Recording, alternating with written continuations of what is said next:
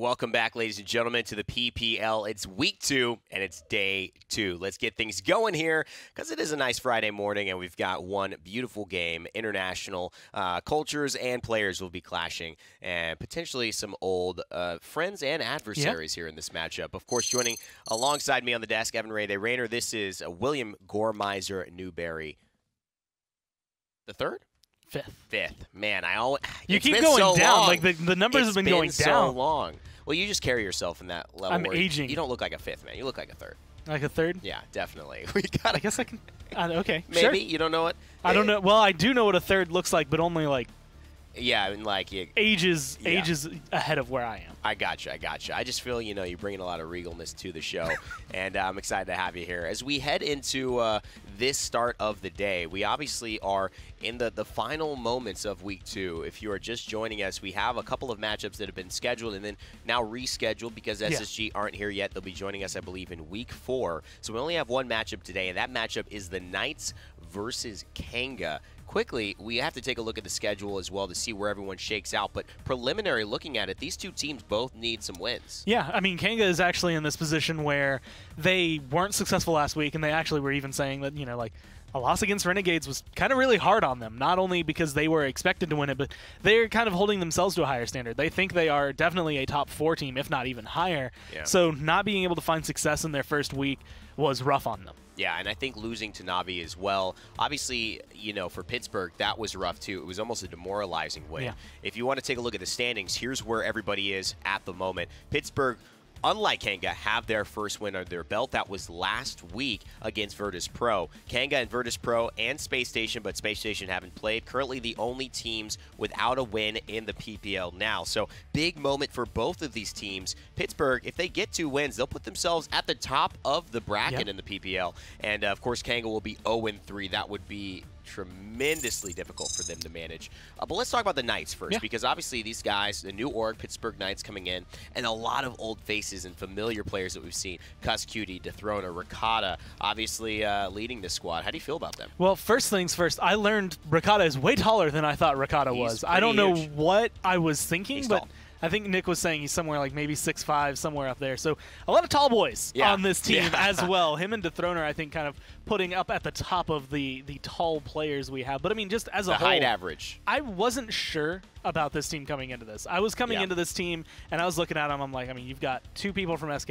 You've got a couple people coming from Splice. Like, you have a couple of players that haven't really gotten a taste like success. What are they going to do when you put them together? And it turns out they look pretty good. Yeah, I mean, I think this team has a lot of potential. And you look at adding a guy like Dethroner, who, it's not that he hasn't proven himself. He definitely has. But, I mean, I think he's still, some people still feel like he has to show up at that level that we've seen other players in North America step to, like the Tolkies, like the Rubus, and really declare themselves frontline just maestros, so to speak, within the entire region of Paladins. I don't think that's yet to happen. I know he's put a big burden on his shoulders to perform heavily, but I also think that it's just more about his demeanor for the team. He seems like he likes to joke around. He has a good time, relatively positive outlook about things, and what I appreciate about him is that he seems to, even though they lose, still find a way to look forward as to what can be what can improve. He's very cognizant of, like, what went wrong. Like, yesterday after the Navi set, he's like, you know what, like, it was hard for me to get on the point, but we were losing. Like, even if I was winning a fight, we lost somewhere else. Or if they won somewhere else, I was losing a fight. And he's like, that came down to us as a team. 100%. And, like, being able to look at those moments and be like, man, we got 4-0'd. Most teams, they look at a 4-0 and they're like, well, they were just better than us. And they might even just leave it at that. But knowing that these guys went back, they probably watched those VODs back, tried to figure out what exactly they could have done better, either draft-wise, play-wise, every single step of the way.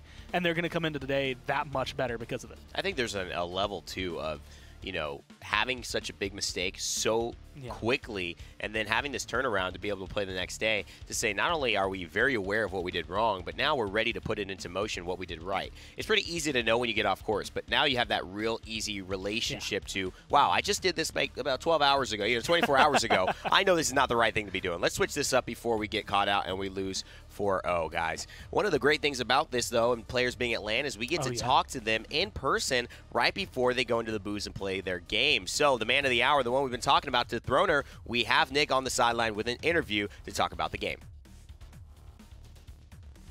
Hey guys, I'm here with the Throwing It Down in the Knights booth. We got our matchup coming up against Kanga. You guys had a tough one there yesterday against Na'Vi. What did you guys learn from that set, and do you plan to employ any of that specifically here today? First of all, we learned Na'Vi's a pretty good team. That's what. And second of all, I mean, we learned a lot. I mean, we never got to really scrim Na'Vi like ever. That was my first time ever playing against Na'Vi. It was a different type of play style, different type of drafting. Like they drafted like something we've never seen before. But you know, like we learned from it, we reviewed it, we talked over it, and we're gonna use some, maybe implement, maybe not, but we're basically gonna play our game. What was that unique draft element that you guys hadn't seen before or weren't prepared for? Well, they first picked Barrick. They first picked Barrick. Then they were like going with the Geno strat. We knew of the Geno heals. We scrimmed with it. We scrimmed against it, but we never scrimmed it to that development where they like pushed for it that hard. So you know. Do you think that the changes to Genos are going to make him much highly contested today? Most definitely. Well, I don't know exactly because I know this team likes to prioritize Ash. Yeah. So I'm pretty sure we might get it for free at times, but you know. All right, man. Well, thank you so much and good luck in the games. Back to you guys on the desk. Very interesting there. How he knows that the level of prioritization, whether it be Ash, whether it be, you know, obviously the Genos, all of those things coming into factor for how they're looking to draft. That's a big conversation that sometimes goes underneath, I think, the layer of what a viewer might see in the league. And again, I think it's so good to see them take, like, they recognize that, like, first off, Navi's really good.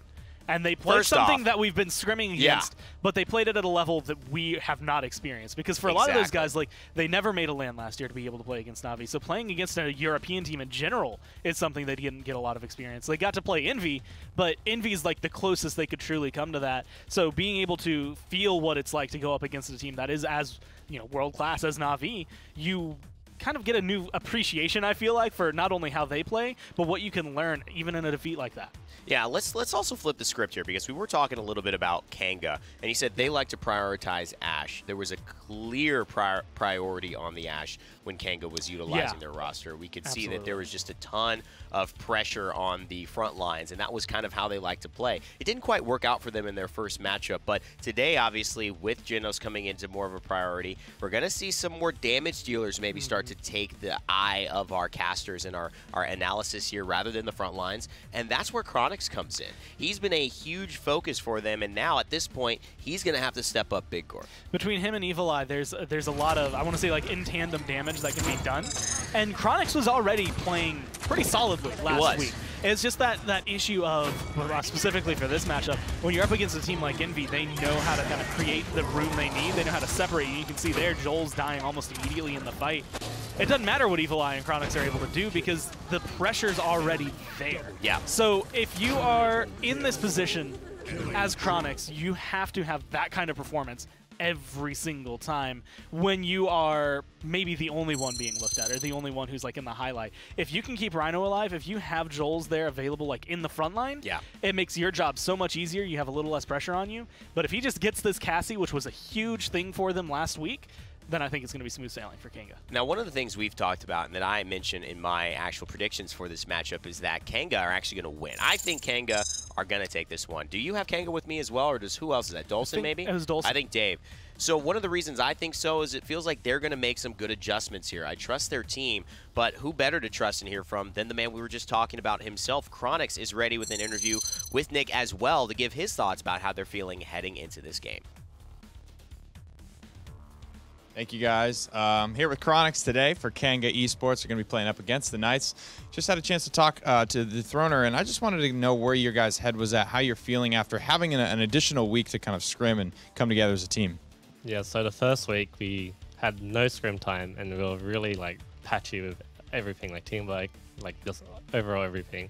But this time we got together, scrimmed a lot, and now we're feeling much more confident. So in the first set last week, I noticed you guys were really prioritizing Ash, and you know, they seem to have picked up on that as well. Is that something you guys are going to be looking for today as well, or do you have something else up your sleeve? I think we fixed our drafting a lot, and it fits the meta.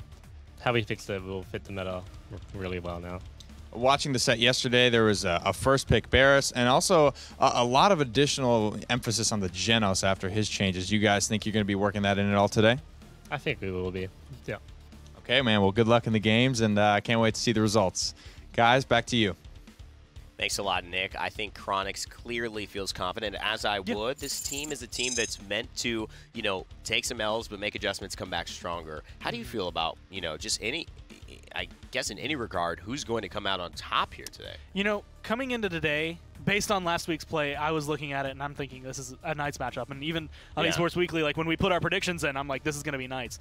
I had that opinion changed while I was talking to Hades yesterday because he pointed out a couple of things that, you know, you don't get to be aware of unless you find it out from someone like him, where it's just like, well, we were jet lagged. Jera had just gotten in. He hadn't even been in for a full day at that point. So you're coming in. They don't have all the energy. They haven't been able to scrim for all these months because they had a player in Europe, a player in NA, and then 3 players from Australia. Like, crazy. There was just no way to really lock it down. And then they just got internet 2 days ago in their house. Yeah, that'll so, like, always do not something. Not a lot of practice time from these guys, except for this last week, which makes me think they're going to be a lot more comfortable and a lot more confident just in their play style and in each other. Jera's trying to wake up, you could tell. Shoving his face, he's in a his perpetual eyeballs state. back into his brain, saying, can I please get ready for this?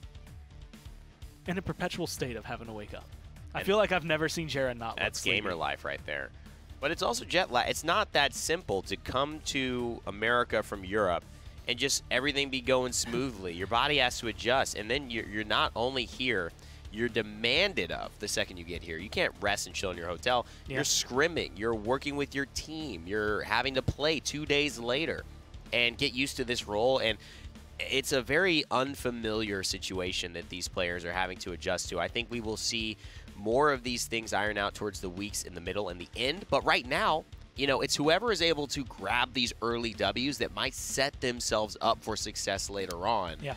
Hopefully they don't push themselves too hard. I know Cuss mentioned being a little under the weather today as well heading into it, but he seems all smiles as Hades, the coach there, getting everybody ready.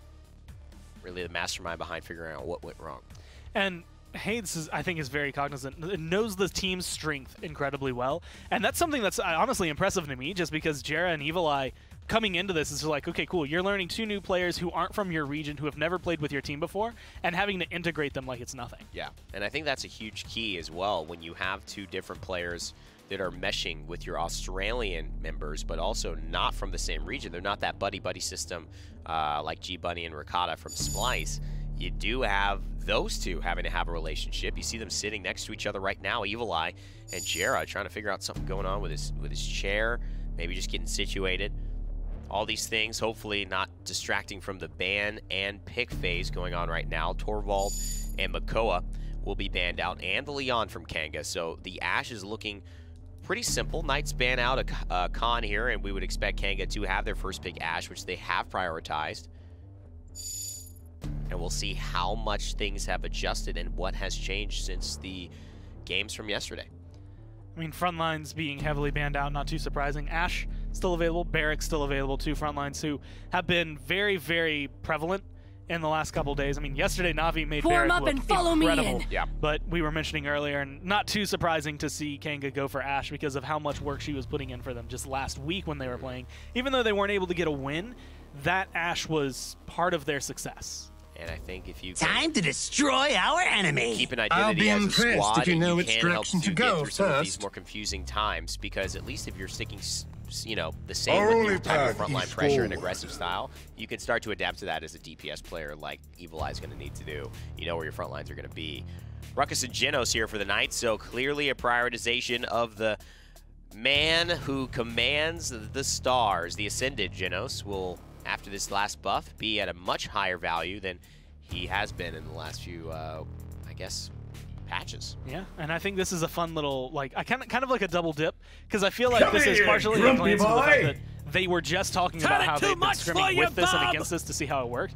And Na'Vi just showcased yesterday how great it can be in the right hands. Yeah. This is Knights taking exactly what Dethroner said, saying, you know what, we learned what they were doing and how they did it better than we thought they could.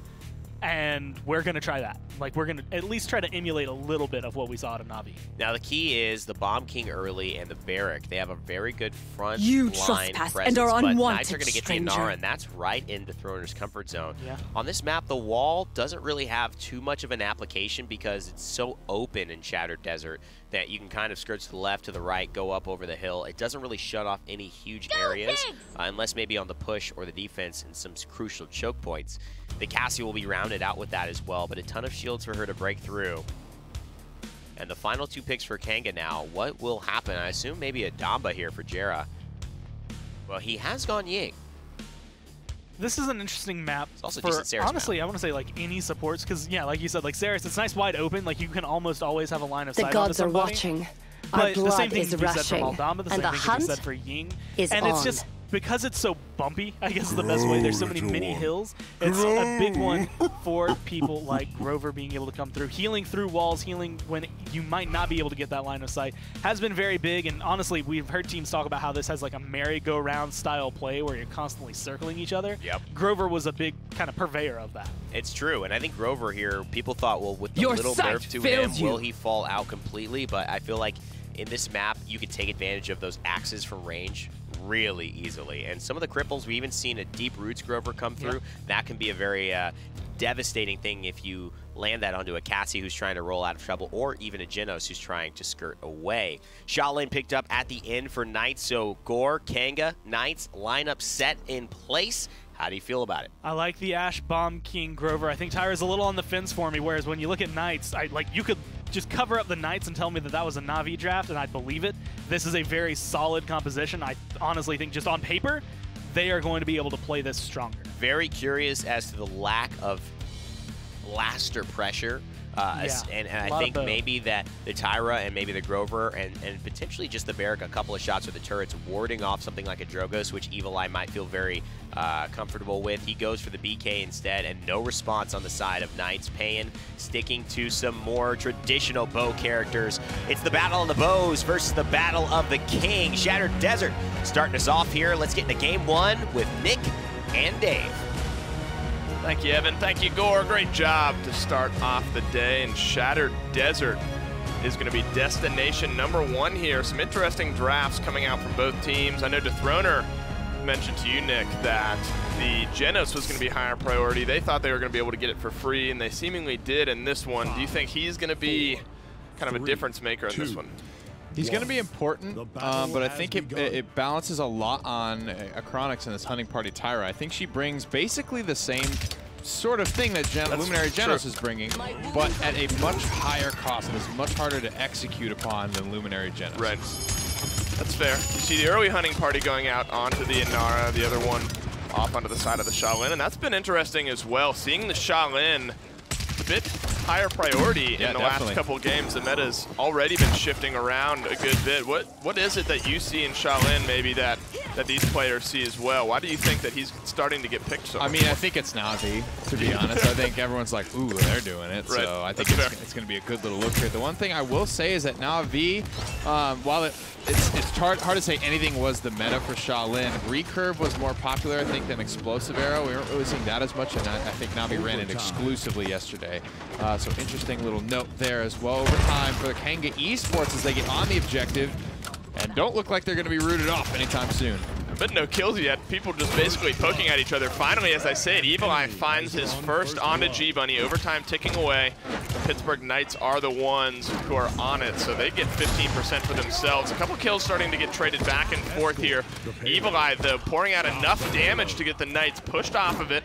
Kanga find themselves point number 1 here, and that was a bit of a weird fight going into it. Not necessarily from a strategy point of view, but just sort of in the sense that there were little individual picks here and there. Not necessarily a huge, big team fight that led into that, but Kanga just played their pressure correctly and found themselves their first point. And this could come back to Kanga Esports watching the set from yesterday and realizing that this is what Na'Vi were doing. This is how Na'Vi beat them. They just put constant pressure on the objective with Barrack and said, figure it out, Knights. Figure out how to beat us. Right. This time, I think this is a much more rotational-based map. They're staying together a ton, which Grover is great for. This is the perfect type of composition to play Grover into. He's definitely fallen out of priority. Right. And honestly, I've never really seen the light except for with these types of comps.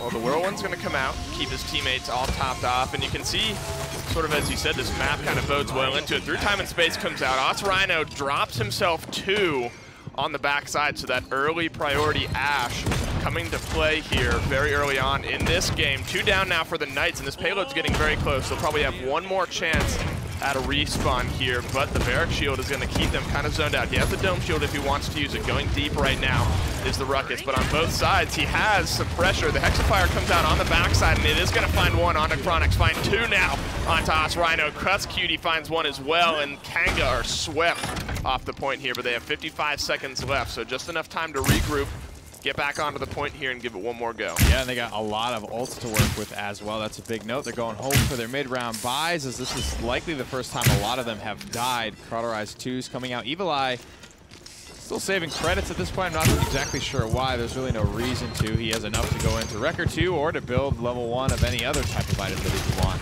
I don't think he died on the back end of that first fight, so I don't think he walked. I think he might have, yeah, he stayed alive, so I guess he didn't go all the way back to so base. He hasn't died yet. Yep. But now Planet's coming out.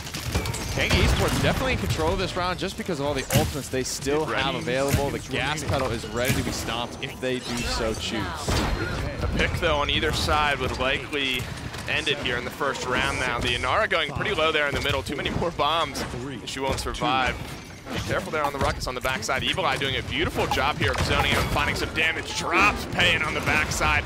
Trades out a little of his life in exchange, but now that's 3 down on the side of the Knights. Inara's the last one standing. The Dome Shield comes out as well.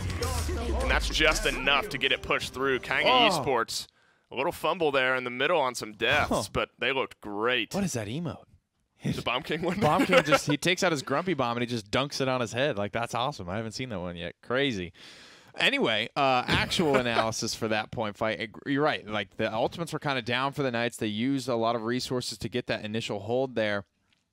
And you know how we were all kind of saying, oof, Luminary Bomb King yesterday. Well, Hunting Party Chain Reaction Bomb King is a much bigger problem if he can connect the auto attacks there. Evil Eye has been doing a good job, and he's going to continue to be looking at this Ruckus and this Inara specifically. These other skinnier, faster moving characters are going to be difficult. And I was going to comment on it because he was missing a lot of bombs onto Cassie and things like that. And I was like, is this Royal Subjects? Because he's not getting any damage out right now on these skinnier targets. He's really looking for the Ruckus to keep his Tyra safe, I think. And then she can kind of go and 1v1 the Shaolin and the Cassie.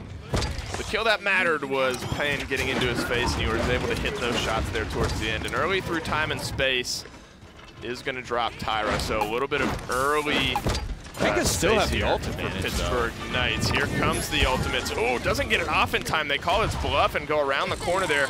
Jarrah cleaning up one as well, but now he's going to be the one in the sightlines of the opposite team. He's staying alive for the moment, and actually Kanga are turning this one around despite being on the back foot, at least initially. Joel's finds himself 2, and soon to fall is the Inara, and they just absorbed that initial pressure onto Evil Eye, onto the Bomb King, and turned it around and found some great kills there.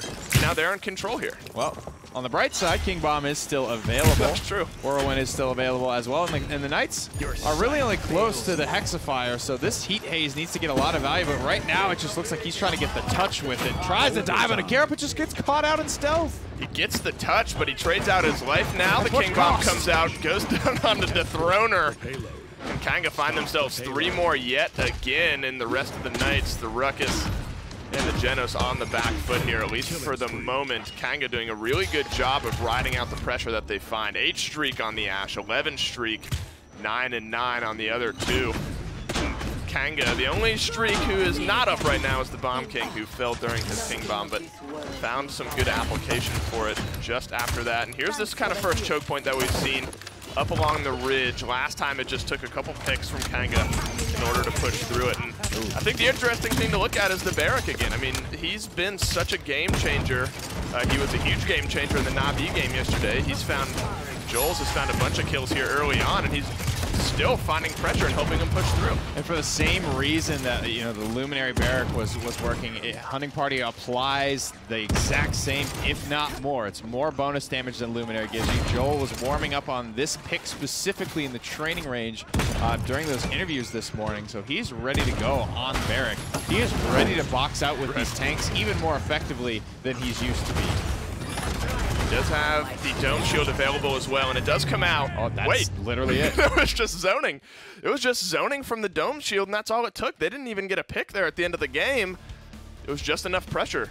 Pittsburgh Knights didn't want to step into the Dome Shield, and as a result, Kanga pushed it through for a 4-0. Well, a good start there on Shattered Desert. It's worth noting that was Kanga's map selection. An interesting one at that, because given what happened last week with the Knights on Shattered Desert specifically, I was very interested to know whose map pick that was, because the Knights felt that they were indeed strong on that map, but Kanga just come out with a left hook and 4-0 Pittsburgh on Shattered Desert. And it was a fun one to watch, off to a very quick 4-0 start arc. Kanga will send it back to the desk to break that one down and get game 2 set up. Here's Evan and Gore. Thanks a lot, guys. After you have your 4-0 set yesterday, the last thing you want to do is start your next set the day after 4-0 on your first map. And there's a lot to be said about where the Knights might have gone wrong. And honestly, I want to say it was similar mistakes against Na'Vi, where it's just they weren't on the point. They weren't ready to push out on the point. They couldn't really fight that Barrack off of the point. And when they tried to, they were met with something I overlooked going into this, and that was the Evil Eye Bomb King, which is something that has been ridiculous for years, and he kind of reminded us why. Back when we called him Evuli. Evuli, that was his name, and then he had to tell us that, no, my name's not Evuli, it's Evil Eye. So, I respect the decision, and it's been a relatively easy transition from that, which was at least a year ago, but he definitely dominates. I think they just get this draft right across the board. Not only is it that they have some great stuff from Rhino on the Ashe, they get their first pick that we're looking for, but Joel's on the Barrack is clearly proven to be a great, Barrack in general, a great point tank, and they have a rounded lineup with the Bomb King and the Tyra, the hit scan, the blaster pressure, the CC. I feel like Ricotta and Payne on the Cassie Shaolin didn't bring enough utility and didn't bring enough team fight potential for this squad. Yes, they had damage, but aside from that, there wasn't much to be able to contend with the Tyra and the Bomb King's utility they brought. And honestly, I think when you look at, I want to say everybody on Kanga's lineup, they're going to be doing a lot more damage, and it brings up a very interesting discussion of Luminary Genos does a lot when you have that on you. So if you're the Cassie, you're the Shaolin in this matchup, you're doing more damage. Yep. Hunting Party Tyra does something very similar, but instead of saying, okay, Bomb King, you're going to do more damage, it says, okay, anybody who shoots that guy is going to do more damage. So it kind of entices your team to target prioritize someone. Yeah. It tells you, Tyra, okay, go ahead, put a mark on X, and then everyone will hit him once or twice. You end up with Ashe hitting a lot harder than I think people would actually expect an Ashe to hit. Yeah. And all of a sudden it starts to fall apart, I guess, if you're the Knights here. I think, unfortunately, the Knights need to kind of wake themselves up. I see a lot of silence, and that's the thing. With a team like Knights, I've never seen a team where Cuscuti is on that doesn't play off momentum. Yeah. And the fact that you have this positive and negative momentum, whereas things start to get bad and they can get worse, or things start to get good, they can get even better. One of the interesting things, though, is he is playing against one of his former teammates in Evil Eye. And Evil Eye, obviously, in a new journey with Kanga, ready to talk to us a little bit about what's been going on behind the scenes and how that transition has looked. It sucked to lose it to Envy. We were expecting it. Renegades was a hard loss, but we went back to the VODs. We know what we need to do. Coming into that, we had about a week of practice over the last 2 months. We're feeling a lot more confident after getting more practice after this week. It's not in full swing yet, but it's definitely coming together. I'd say after this week, it's just going to be grinding in the house. Cuss is a very good in-game leader. He knows how to draft, and I can only imagine the level of in-game drafting and leadership from the rest of the players like G-Bunny and Ricotta, and just putting them all together, they seem to mesh very well together. Not too much. I don't know too much about how they are in-game, just playing against them. We're not too worried about what they want to do. We're going to watch their VODs and look at their drafts and everything, but most of the reason that we lost was mostly our own mistakes, so we need to just look into ourselves and fix our mistakes and then just play our game. I think Ashe is just one of the best tanks right now. I think everybody's going to be looking for her early, whether it's banned or pick first round. She's one of the best tanks right now for aggression. The fact that she just has consistent damage, she can poke out the back line, she can dash in and ult and stun somebody. Her whole kit is just amazing right now. Well, obviously, high prioritization from the Ashe. We'll see how that continues to impact their play. So far, so good. 1 game in the books, but they need 3 more, and the Pittsburgh Knights need to respond, Gore. And I think this is now do-or-die moment for me. I think if you go 2-0 up in a set like this, it's almost done and dusted, at least emotionally for me. I feel like both of these teams can ride off momentum. I think the Knights are probably more likely to carry themselves on momentum, but I think they can still kind of claw back from a deficit. The same thing can be said for Kanga, but Kanga need that win to be able to kind of, I guess as proof of concept to them that, yeah, we can do it. We belong here as much as we think we do. Absolutely. This is the win that will cement them as okay, we can take a set if they win this one. I think right here, Ascension Peak, they've gone to Shadow Desert, now Ascension Peak. Some very interesting maps that make you play differently than your traditional Jaguar, Bright Marsh, or maybe even Frog Isle, where things are a little clearer as to how they're done. Ascension Peak is a bit of a question mark for me, and maybe Knights are excited to put Kanga on the back foot, but for me, knowing the way they prep, Kanga should be prepared for this. I mean, being able to come in on this map, this was one that I feel like we've seen teams specifically come to, and I'm thinking kind of like old G2, Cuss like to bring people here, because when it was, go back a while, Splitstone Quarry, G2 never touched it. Cuss and his team would never touch it. They would ban it out every single set. They embraced Ascension Peak really well. And it was one of those things, the first time they played it, I think they just 4-0'd the other team. And we like spent a full spiel on the desk beforehand talking about how, well, this is a map, it takes a long time to push. Typically you see some 4-3, and then they just, it was like 6 minutes. They were done. So looking at this, I think Knights have a plan for what they're doing. It's just whether or not Kanga let them execute it as cleanly as they want to. Yeah, so what they're going for here, twofold. One, the Genos doesn't work great for them, so they're not interested in picking it. That's most likely going to go to Kanga. It's one reason for the ban. It's a good champion, but it opens up a slot for a power tank. The other thing they do is banning Ruckus.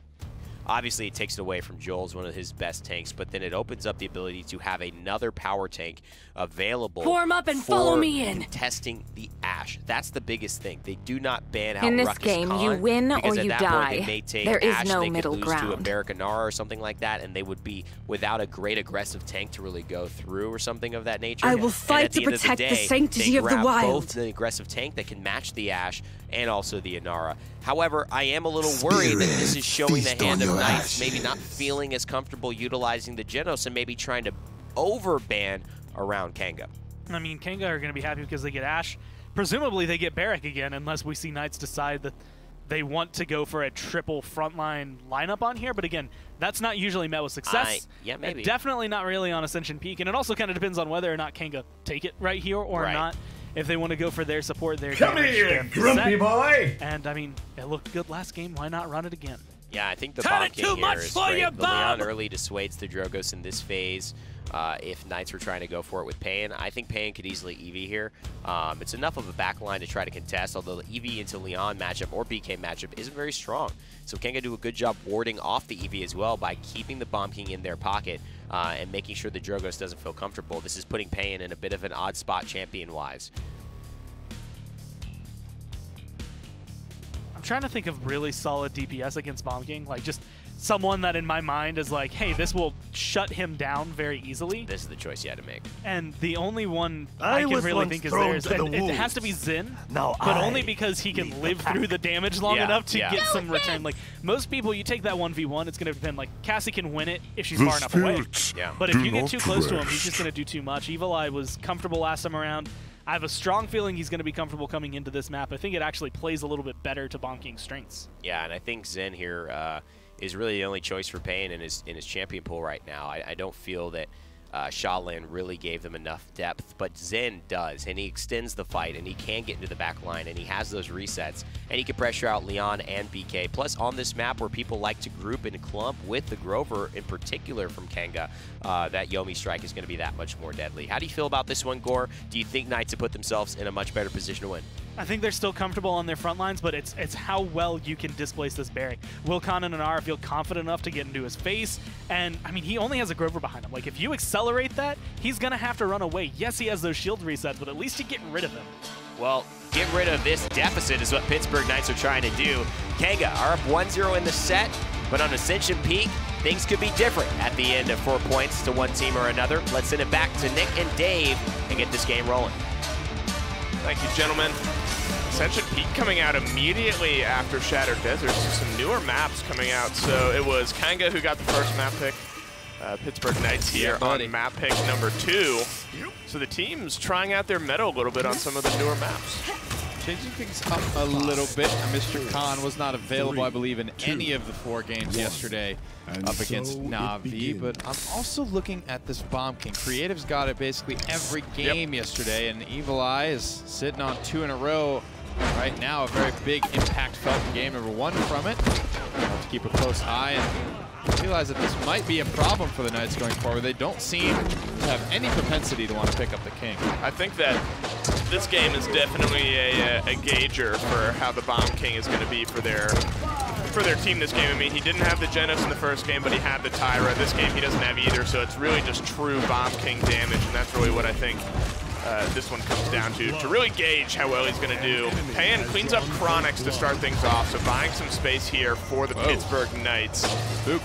Gets himself out of it. 18%, so neither team grabbing a huge lead just yet on the point, but for the meantime, the Knights are the ones who are on it. Rhino going very low here on the side to the Khan. Gets himself out, keeps himself healthy. What a responsible push there from G-Bunny. He doesn't go after the kill, realizes he accomplished what he set out to do, and just heads back to the team and doesn't want to get picked. Does not get picked. Does find some damage into him from those longer range people, or characters, excuse me. No, I guess they're people. Off to the other side. Ultimate starting to charge up here for both teams. Only the Spite is up at the moment for Pan. Dread Serpent's coming out instantly. Dread Serpent soon.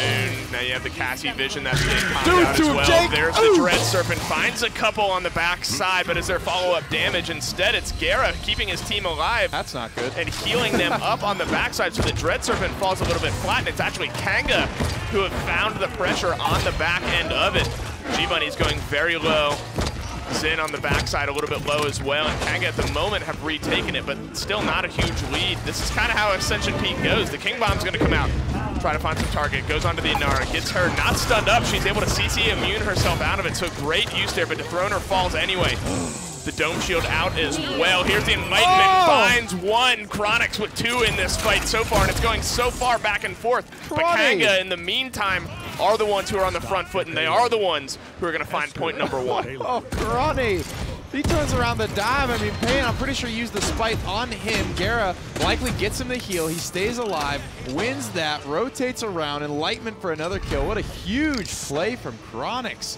And again, Knights first to ultimates, but they fall a little flat. Random thing, I want to actually take a look at the net worth chart here. I want to see how long or how many additional credits these front lines are able to get over the rest of their team. Just being able to sit on that point for so long, so uncontested there, so rich.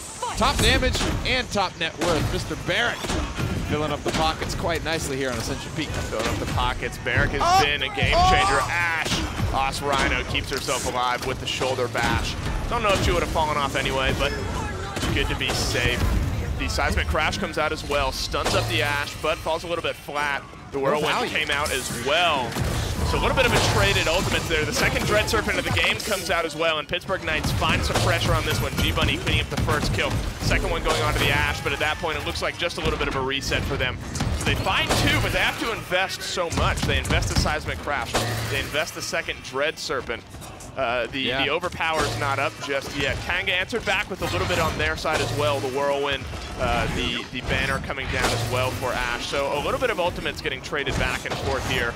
Does one team kind of come out ahead in those trades, if you had to say? It's good that Kanga used their ultimates to get the objective, so the Knights have the next real wave. Right. They use them there, so then it'll be Kanga's turn depending on how this all plays out. And I don't know if G-Bunny missed his first overpower or what, but I feel like he should be higher than 59% just because of time schooling at this point. You know what I'm saying? He certainly would have used it.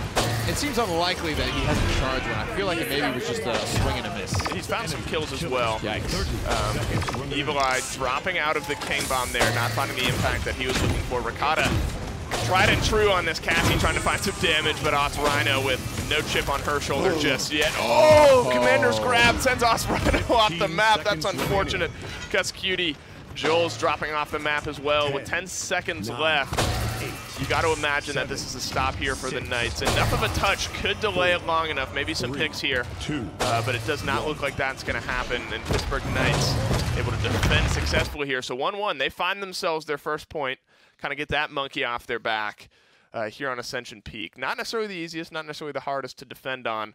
But the point fights, I think, are kind of interesting, kind of what's tough to break down. There's been so much back and forth, ultimates being popped on either side, and I think those statues kind of make a big difference. It's really just, you know, Chronix surviving these dives and, you know, Payan not getting the value he needs to be able to start finding. I think last game, there's an excuse there because there's a Tyra constantly marking you and just spotting out your rotations and saying, here he is, here he is. But that's not the case this time. There's been, you know, a little bit of a lack of confidence, I think, for Payan on the Xin here. He hasn't been able to get any good flank kills off just yet. And I think taking down Chronix is going to be a big, big part of keeping a lid on this team fight for the most part.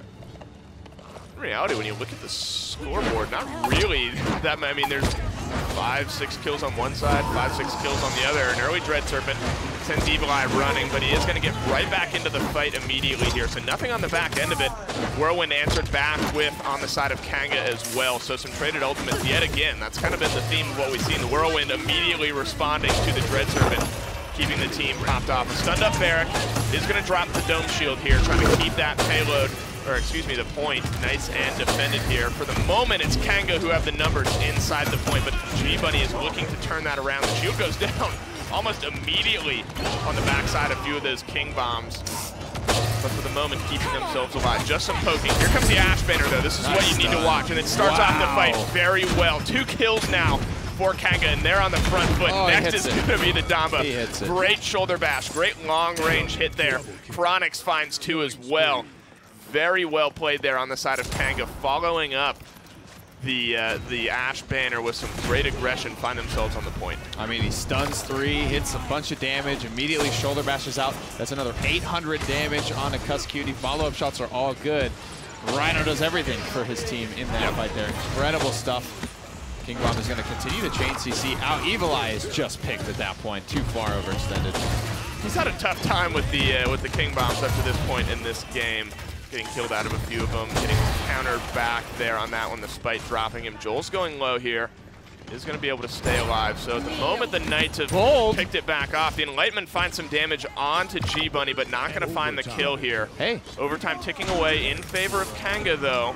Rhino and Chronix are Pittsburgh Knights have 2 down right now. Os Rhino finds another one in this fight as well, and that is going to find Kanga their second point here. And again, it seemed on the back of Pittsburgh Knights finding a pick onto Evil Eye, onto the Bomb King. And Kanga's able to respond in a big way. Os Rhino on this Ash playing huge right now. Great counter aggression there from Kanga. I mean, it's the alley-oop first from Rhino to Chronix, and then the very next fight, it's the alley-oop from Chronix to Rhino there. Very aggressive dash to the backline. I was a little bit concerned about that. The Enlightenment comes, hits 2, does good damage, but at that point, that's a really wasted ultimate if there's no follow-up. But Kanga do such a good job at making sure there's a response to what Chronix died for. Pretty nice Dread Serpent there, fearing up 3 members of Kanga. The aggression does follow, and they're kind of trapped up here in this corner. Evil Eye does find one onto G-Bunny, though. So despite being kind of trapped off to the side, they find some kills. Rhino either bashed or blasted Ricotta off the side of the map there. So Kanga, again, despite fighting off to the side, despite being grouped up into a Dread Serpent, find themselves 3, 4, potentially now 5 kills when Dethroner falls here. They're just toying with it. They're absorbing all this pressure from the Knights, and they're able to turn it around with some calculated aggression on their own. And they're just not stopping the banner. Okay, well, at least it doesn't count there. I like the thought. Right, the thought was there. It is falls a little bit short, though, but Kanga very close to pushing this one through. Payan is the only one right now who's up.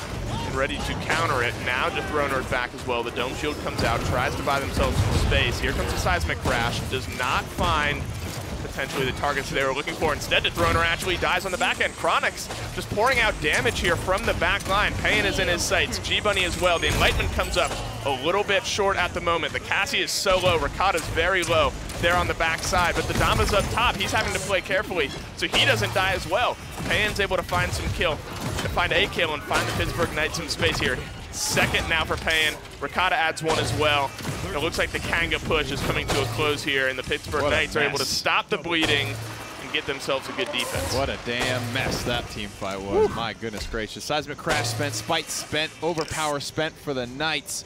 Kanga Esports just using the Dome Shield and the Enlightenment. But Chronix, definitely a big whiff on the Enlightenment. There's 3 possible targets. He just kind of threaded the needle and hit nothing. 9 and 6. Still sitting at the top of the damage charts, though. 5 seconds on the clock now. Kanga Esports poised for another attempt here. Just inches to go as we head into overtime. Yeah, I spoke way too soon here. I totally did not realize how much time was left on the clock. The Dread Serpent finds a couple, but now the question is the follow-up. That's always been the question. A couple kills on the back end of it, so that's at least a good start here for the Knights. Os Rhino does find one as an answer, and some ultimates are ready for Kanga if they choose to use it, but Payan is starting to light up here on this defense, finding his 3rd in this fight. 4th now onto the Bomb King, and the Pittsburgh Knights, a hard-fought defense there, but it's really on the back of Payan, really on the back of that Zin, finding the kills and able to stall that one out. There it is, and this is the follow-up after Chronix's very aggressive Enlightenment. You can see he's the first one dead in that kill feed, and Rhino just charged in to make sure that follow-up was there. Because Chronix did it for him last fight, but obviously it's a lot safer to do it when you're playing Ashe and you ult in, stun 3 people. Rhino making things very easy, and Ashe still a big part of Kanga's success here. And because it's not so, eagerly sought after from the Knights, they are getting it, 2 games in a row at this point. Payan hits Cauterize 3, and that's such a big power spike for Zin, because he's not the highest DPS flank out there, but if his damage can stick, that's when it becomes a big problem for you, and people just aren't getting the healing they're used to. 9 resiliences as well. Only the Damba not having at least a level 1 resilience, so not wanting to get caught up in any of the CCs. Anyone really in this game. The Dread Serpents have been coming out pretty liberally. They've been finding their targets on the opposite side. The Ashe banner has been stunning up some as well as the King Bomb. It finds Dethroner. It's not going to stun him up. If it did, not for very long either. But Evil Eye doing a great job of finding some damage here. G-Bunny and Chronix trading 1 back for themselves. Here's the Inara wall, but he's able to explode around the corner. She's so low right now. There was the overpower, but did it find... No. Oh no, Barrick lived. He lived on the backside. He used his rocket boots to stay on the map there. I don't know if he would have fallen off anyway, so that's a bit of a flat falling G-Bunny ultimate there, and now they're putting out their pressure.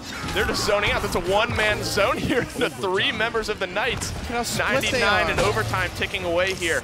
Kanga Esports looking to really push this one through, find themselves up 3-2. Payan on the backside though, that's a nice Dread Serpent, but the resilience is gonna keep him unscared for very long. Jules cleans up Z-Bunny. Payan is the next to fall, and Kanga look well on their way to point number 3. I mean, it's kind of the same fight either way you look at it. It's the Throner 4v1 in the Kanga backline, and then it's Rhino 4v1 in the Knights backline. But the difference is, Kanga's fighting on the point. Their 4v1 is on the point. They're happy to take a 4v1 while capturing the objective at 99% there. I don't know if it was worth paying attention to Rhino at that point. It's a difficult decision, but Rhino's doing such an incredible job at splitting the Pittsburgh Knights into pieces, making it impossible for them to work as a unit. And look at this, they have 3 ultimates ready, and the Pittsburgh Knights are only close to their Cassie ultimate. The Dread Serpent charges relatively quickly, so that'll be up soon as well. The Cassie ultimate gets popped, but Kanga have an overwhelming ultimate advantage here. They could utilize that very quickly here and find themselves pushing it in to make it 4-2, at least to the moment. This is where Pittsburgh has found some success, though, on the defensive end. That's where all their points have come from. Right. Haven't won a point fight just yet. The Whirlwind comes out, so that's going to top off some of the health bars, but Evil Eye's going to fall regardless. That was it. I mean, Payan, really good dive there to the backline. Everyone kind of snuffed it out, but they never did anything about it. Now Chronix is really close to death here. Dethroner will find the last couple of pellets to take him down. Ashe is already out of the fight. Kanga don't want any more part of this. Evil Eye is rotating back in. So if the Knights get more too aggressive here, they could find themselves punished for it. But 1 minute on the clock. No ults for the Knights. King Bomb and Enlightenment for Kanga Esports. There's still definite hope in this round, and we'll see another couple good team fights. In a way, though, the ultimate advantage is kind of flipped. I mean, Pittsburgh are going to have 3 or 4 here within the end of this round, and Kanga not looking like they'll have all of them back up. Pan continuing to be a threat here on the backside, cleans up Chronix. Ash is getting tossed over, getting stunned up. Pan's going low, though. Barrick and Ash are not easy to kill, especially with their health bars. Dethroner drops Joel's. Rhino's going to be the next to fall. That's 2 now for Dethroner. Kanga have about 30 seconds left here, but the full court press is on from the Pittsburgh Knights. They have all 5 ultimates available now. Kanga, call it 4, soon to be 5 when the Grover ultimate comes back up. This push looks to be stalled out, and it looks like we're gonna have a 5-on-5 ultimate fight for game number 2. And the Knights are, ooh, the wall's gonna prevent Rhino from getting out. Just insult to injury at this point. The Knights are practicing their offense for the next round, and they're not gonna need it because we're headed to a 3-3 point fight. 5 ultimates versus 5 ultimates. The penultimate team fight, you might say here. There is nothing else available these teams could ask for. The items are basically finished off. It's going to come down to the complete and utter execution of the 5 boys in black and gold versus the 5 boys in black and orange. This is the ultimate showdown. Of ultimate destiny. You could call it that. There are good guys, there are bad guys, and of course there are explosions. There's a Bomb King, of course. As far as the eye can see. And it's coming down to the peak here, guys. Down to the wire. 4 people above 6 figures, and we'll probably have a 6th there. Or a 5th there, excuse me, as Barrick is not far behind. 27K from Grover to really push himself up. I mean, 73K damage from Grover is nothing to snuff. Like, Guerra is yeeting these axes and finding a home for a lot of them. 53,000 damage above Cuscudes, and a missed overpower is not the way the Knights wanted to start this. Tough. That's a big ultimate down. There's the Enlightenment. It does find a target, but Ricotta is actually able to clean up Chronix on the back side of it. So now there's 2 ultimates down, but 1 down ultimately on the side of Kanga. The Dome Shield comes out as well, and there's the Dread Serpent. Here comes the King Bomb looking to find some targets. Ooh, Zin, nice. He turns it around. Pan cleans up Evil Eye. Jules drops Ricotta, though. Now Pan is looking to out-damage the Grover, and he does with some help. Oh, wait, no, he drops. Chronix cleans up the kill. Now Kanga Esports are on the front foot here. Guerra is so low, though. He does drop to Dethroner. Chronix, though, now trying to turn the damage back around onto the side of the Knights. Pretty much all of the ultimates have been used up to this point, and now it's just good old team. Good old champion kids trying to find some advantage here. Just good old damage on damage to try to clean this one up. Yeah, the ultimate's starting to come back up. G-Bunny is getting very, very, very close to the next overpower. Missed the first one. Maybe a blessing in disguise here. Dethroner dropping lower and lower. Does he have the healing he needs? He does not. G-Bunny is dead. Dethroner is dead. That's 2 now on the side of Kanga, trying to clean this one up. It's only Ricotta, but as I say that, he falls as well. Now it's the Zin who also falls. Maldama's going to be the last to go, and now a good zone could turn this one into 4 points here for Kanga Esports. 90% on the point. Guerra does the cleanup work, but the zone is just enough, and it comes out in favor of Kanga. They find themselves a 4-3 win here on Ascension Peak. So a 4-0 to start off game number 1, and a 4-3 now for game number 2. Kanga is looking good. They look like they have it figured out.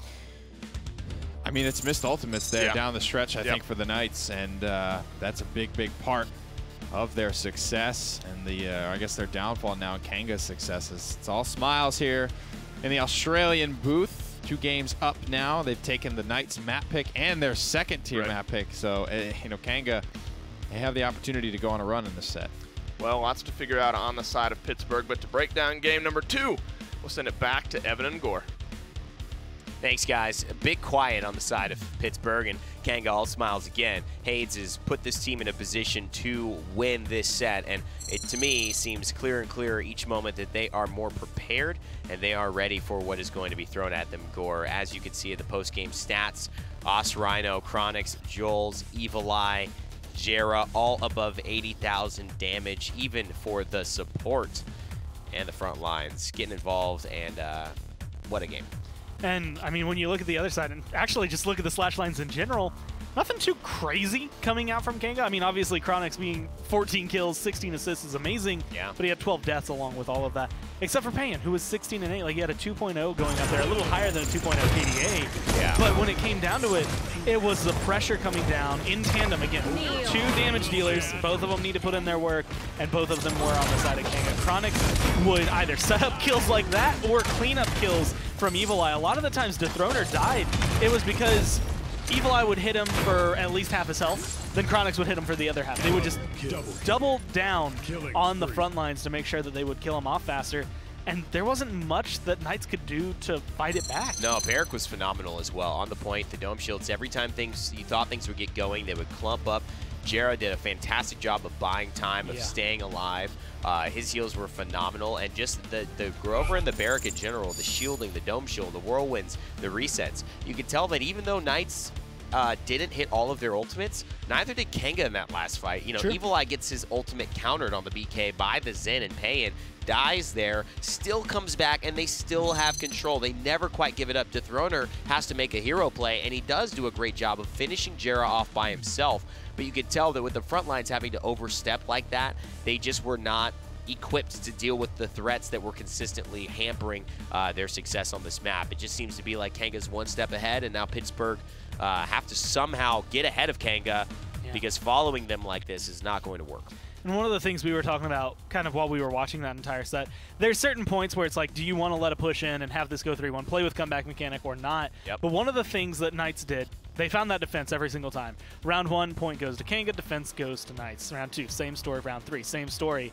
But when you get into round 4, you come into that last one, you're on this point fight, then you start thinking, well, that's 300 credits, 300 credits, 300. Like every single player on Kanga had 900 credits more, and that's without all the kills, without all the point that they've been contesting, like without all the other credits you can get in the game. So they have a free tier 3 upgrade for one of their items just because of that. Or a free Record 2, free Cauterize 2. Think of it that way. Like every single player is a Cauterize 2 ahead of every single player on the side of Pittsburgh Knights because of the way they went.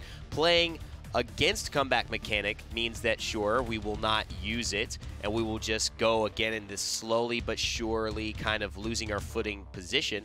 But if you were to give it up, although you'd lose 2 tries at a point that would slowly be out of your favor, you would maybe have one really good try at a point that could start to shift the momentum. I don't mind teams going either way. I think it is an interesting point, though, to consider, because sometimes, you know, I mean, having that, you know, that extra chance to just win a quick fight and get some energy flowing your way positively can make a big difference. I'm actually kind of caught off guard. I thought Kanga was going to look good today, and I have no doubt that they're going to continue to look good today, but I thought the Knights were going to show up a lot stronger based on, I mean, even though yesterday was a 4-0 for Na'Vi, they still look pretty solid considering you're going up against Na'Vi. Last week, they surprised me. This week, it's surprising, but in the other way. It's just not quite what I expected out of them. I'm kind of wondering, you know, what's been going on behind the scenes. Like, how hard have you been scrimming against these? Again, Kanga, I think they're on that list of teams that I've seen here mostly every day coming in for a scrim at least once a day to be able to just get that practice together. Yeah, and I honestly think that Kanga at this point in time just are not really worried about this Timber Mill draft as well. I think Knights keep trying to go weirder, and I think maybe the answer is going more normal. I think I'd much prefer Jag or Brightmarsh here than a Timber Mill. But maybe Knights have something up their sleeve. They banned the Grover this time, so the Genos is in play. Knights in that first pick position, knowing snipers are a priority. Maybe they're just trying to lean things towards the way of Ricotta and get him really comfortable. I mean, that's one of the things, again, I think we were talking about it yesterday a little bit, when Ricotta is in that position, if he's not having a solid game, there might be not necessarily communication breakdown, but you could definitely see how that could impact in the game when you have maybe your captain not quite doing exactly how he would feel like he should be. And with a Kinessa first pick, you go Timber Mill if you're the Knights. You grab Kinessa first. This is 100%.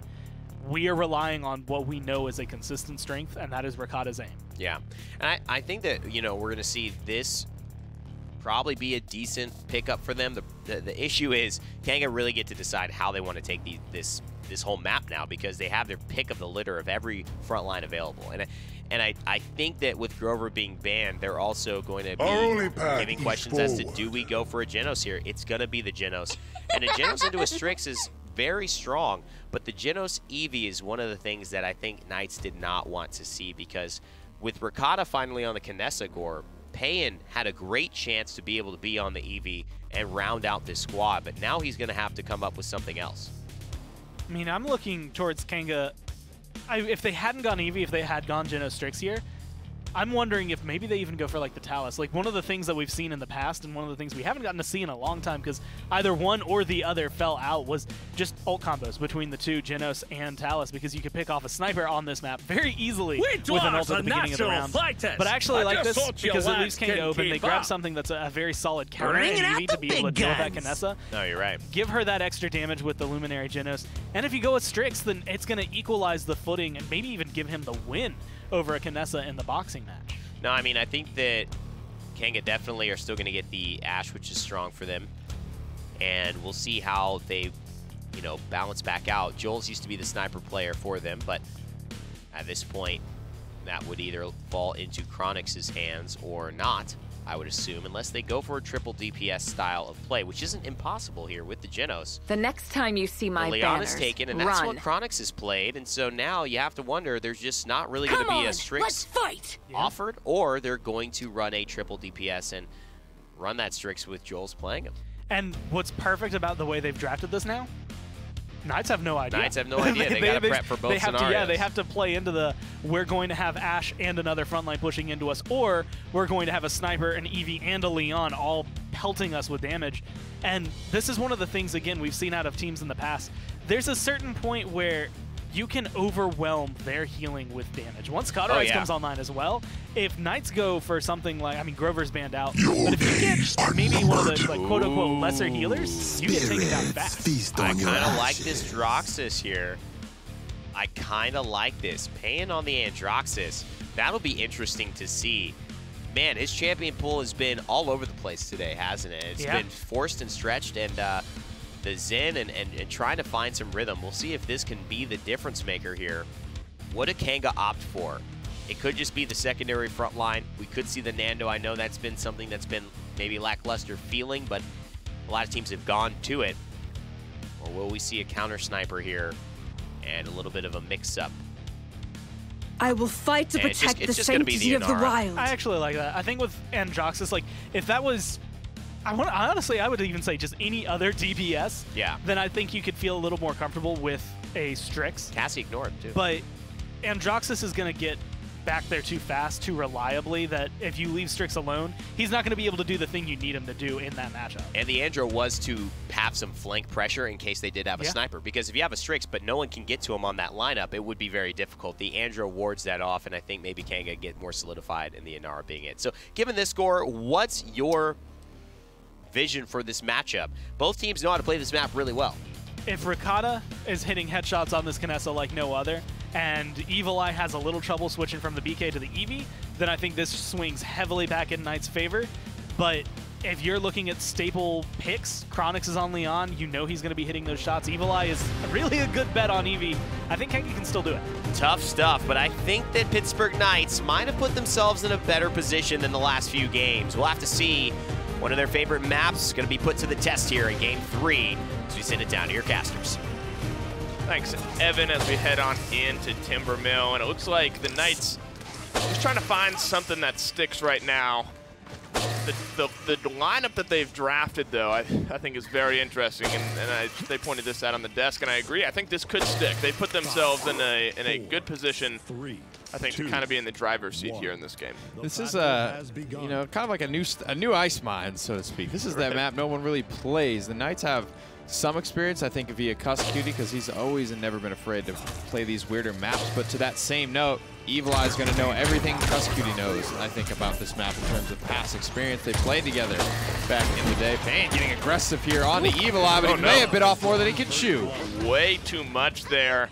Nearly cleaning up the kill, but maybe tunnel visioned in. Thought he could find the execute, but unfortunately He's the one who actually gets executed on the backside of that. Kanga Esports find themselves on the point here, 39%. Early kill giving them the slight advantage here. And imagine that this is where Ricotta will kind of make his home. He'll be high up above the point here, finding in some damage on either side. You're going to have to watch out for that Luminary Eevee coming in, blinking in on you, dropping in some serious damage, and doing nice just angles. That right now, finding some space to put in some damage onto the Barrack. 96% though for Kanga. Pan finds Chronix, a bit of a revenge kill there, but here's the Eevee trying to blink in on the Kinessa, not able to find the damage, at least at the moment. Ricotta's just pouring out damage from up high there. That's going to be the storyline to watch. For the moment, Pittsburgh Knights slow things down, get themselves back on the point, but Joel's cleans up Pan, so that's the Andro down now for the beginning of this fight, and Kanga could put their foot down on the gas and try to turn this one around. Ball goes up. I like this from Inara. She's forcing the issue on the objective. Overtime has started time and time again. Joel finds G-Bunny. Barrack is sure to fall here, and now that's all over for the Knights, unless they want to throw a squishy on there, but that's a fool's errand. That's a fool's errand. Kanga, though, on the backside of a few kills, getting their first point, the reversal. Not going to find any damage, at least at the moment. That's really driven there by the Inara on the point. I mean, finding 2 or 3 kills there in that fight is really all it took for Kanga to turn that one around. Rhino's going to go low, but Pan, oh no! Chronix turns it around and drops Pan on the backside. Yet again, Pan bites off just a little bit more than he can chew, goes a little bit too deep, and actually gets reversed around onto him, and he drops. Joel's on this Inara. We thought potentially it could have been triple DPS, but the Inara was the safe pick. And at least for now, seemingly the smart pick. Kanga picking up right where they left off with some great aggression. Ricotta has been safe this entire time. Hello. As I say that, down comes the banner, and down goes Cuss Cutie. Ricotta's going to be the next in the sights of Os Rhino here, going to be able to teleport herself out to the side, but she's got an Eevee, and she's got an Ashe on the opposite side. That's not a recipe for success if you're the Kinessa. Down goes Barrack as well, Dethroner. Pittsburgh Knights are routed right now. Can you imagine this one goes through with a good zone? I mean, this is the Knights map pick. This was supposed to throw Kanga off, but right now they're looking all on the draft. Going kind of their way, right? The biggest question mark is definitely the Androxus, which wasn't bad in the first round, but I think it's just reminiscent of that Xin. Doesn't have that Cauterize online just yet. Isn't quite finishing off some of these kills. Right. And I think once the Cauterize comes online, Pain can start to be much more effective. But on the flank battle, I'm definitely leaning towards Evil. Yep. I thought when he wasn't looking for his primary targets, right, when he's looking to shut down Ricotta most of that round, and then he realizes, I've gotten pressure here. He's doing nothing but staring at me. Now I can just look at the objective. Let me just play these easier angles. Okay, Ricotta's starting to look at my tanks again. Now I can move and start to pressure this sniper once more. Ricotta gets no kills and only 1 assist in that round. Yeah, I mean, he was able to stay back and stay safe up top there on the Kinessa, but they're playing these angles on the side of Kanga so well, and really avoiding a lot of that Kinessa damage and turning around the aggression at the proper time. Only 2 kills coming out that round on the side of Pittsburgh, both for Payan on the Andro. We saw numerous times where he would go in, go a little too hard, and find himself getting the damage turned around on him as well. The Knights this time, though, with that fast cap enabled, 54% on the point. Ricotta finding his first kill of the round. The Accursed Arm finds some damage as well. The reversal looking to add a little bit more on top of it. Not going to do that, at least for the moment. The Dome Shield on the point here is going to buy the Pittsburgh Knights some space. Pan going low. Not getting cleaned up, at least at the moment. But with the fast cap enabled, Kanga Esports don't have a lot of time if they're looking for a contest here. And there is the fear right there. Hexafire with Overwatch on the point. Nobody is coming into this one. Kanga Esports shut out. A very different approach from the Knights. They don't let Kanga have as much of the side map control as they did in the first round, and it appeared to be very effective. So is that your difference maker here? I mean, because that is an entirely different fight. Ricotta found himself some kills. Pan didn't go in and die immediately. Is that just pure positioning, you think? Yeah, I think a big part of it is, right, Ricotta in the first round, and even in this round, does the same thing twice. He's just forcing everyone to kind of stay indoors and be in the box, but nobody was really pressuring that box, and I think part of that comes down to Payan got slapped the first time he tried to get in there. But this time around, I think G-Bunny on the Ruckus takes that angle and is less focused on the point and more focused on being aggressive and finding angles and finding ways to pressure people when they're put in timeout by Ricotta. Right. He has found a little bit more of an impact here. Finding some kills on the back side of it as well. I mean, he's got 3 targets up top there that he could be dropping low here. Little drone is going to go out. Not going to find any kills at the moment. Evil Eye drops the Ice Storm here onto the Barrack. Going to find a little bit of damage, but not going to find a kill just yet. He does that instead onto G-Bunny. Finds his second now onto Dethroner, looking for a third one. So the reversal dies down. He doesn't get it. Chronix drops Cuss Cutie, and Ricotta drops Evil Eye. But a 3-for-1 here for Kanga Esports, and down goes Ricotta as well. Chronix and Joel's the 1-2 punch, cleaning up the Kinessa. So Kanga find themselves a good defensive stand. Still a minute left, though, for the Pittsburgh Knights. But at the moment, Kanga looks like they have defense figured out. Shout out to Joel for jumping in front of that headshot. It was a very valiant effort. And this is far right for the king. And this is part of that defense, though. This is the good spot to hold. And Ricotta finds a juicy little pick for the boys on the Knights. And now if Kanga starts to get on the back foot here, things get dangerous because the Knights just take all of the high ground and you push out of a very, very ineffective spawn. They could push here. They could stagger these kills enough to get a push from the Accursed Arm, find some damage, unable to get the dash up and over there. The reversal comes out, finds a little bit of a chunk there onto two of the Kanga Esports, but look at their health bars. They're so low right now. They don't have the healing that they need. Down soon as the Eevee. No, but Chronix saves them. Down goes Pan instead. Evil Eye managing to get a little bit of a lifeline there. The Hexafire comes out, but gets immediately shut down from Chronix as well. 5 seconds left here. The Barrack is going to be the last one who can really contest this. With 0 seconds left, the Barrack goes down. Clean footwork. Kanga, oh, nice double from Chronix as well. Whew. Kanga Esports answer back in a big way on that defense. The point fight going a huge way in the favor of Pittsburgh Knights, but Kanga finding their footing on defense and turning it around. And a big part of that is Ricotta on this Kinessa. I mean, the point fight went their way because Ricotta was able to find some kills. I didn't even see, it's just like game sense. Couldn't even see him really up in the top right of that scope, but Ricotta doing his best there on the point fight, finding a couple kills. Yeah, that's the scary thing for Eevee. Here again. When Kinessa pops her ultimate, she doesn't even have to headshot you. She just has to full charge body shot you, and you're done. You are gone from this world. What is it, the upper 30%? Upper half. It's literally just the upper half of the character It's like Eevee is the entire square. Yeah, which is not too difficult for Ricotta. You could hear the dinks he's hitting, mostly headshots anyway. If the target is hard CC'd, forget about it. You're gone.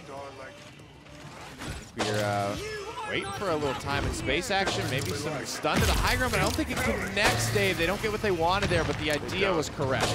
They burn a couple ultimates as well. The seismic crash actually ends up in Joel's dying. Chronix falls as well. The Pittsburgh Knights look to be exactly in the same place they were in the last point fight. They had the fast cap, they have a couple picks, and now they're getting aggressive. Ash dashes her way in, drops the banner, but able to get out is Ricotta, so no stun just yet. Pittsburgh Knights is up top. Watch out for the Eevee, though, trying to get in behind the snipers up top. Here comes the Ice Storm as well. That's going to get Barrack nice and low. The Dome Shield, though, is going to protect him, at least for the moment, and the Rocket Boots, the bowling ball, keeps him alive. Rhino trying to find the damage, turns it around onto Kinessa. Why are you going up there? He drops two. Pan down as well. Dethroner trying to clean one up onto Chronix, and he does just that. Now G-Bunny adds one back as well, and the Knights, with overtime ticking away, find the kills and find the point fight. 2-3 now for them. That could have gone very bad. A couple of them run right into the face of Rhino on that Ash, but luckily able to answer the kills back and find themselves a point fight. That's the theme of that point fight. If anyone does anything, I think Kanga win it, but Rhino was literally the only one that got anything done there. And part of it was good fortune. I think, you know, Ricotta transported right into that shoulder bash, took a ton of damage. But other than that, like, what really happened there? The seismic crash felt like it was coming to the high ground, but clearly didn't stun anyone up there. It was supposed to wombo combo with time and space to get the free picks. I like the idea there for the Kanga setup, but it just didn't happen, right? Nothing happened from Evil Eye. He couldn't get any picks on the backside of that fight. Gara got picked off by a sniper somewhere in the middle, and it was just Rhino left to do it all. Well, no game to win here for Kanga, only a defense. Chronix finds Pan. Ruckus taking some damage on the backside as well.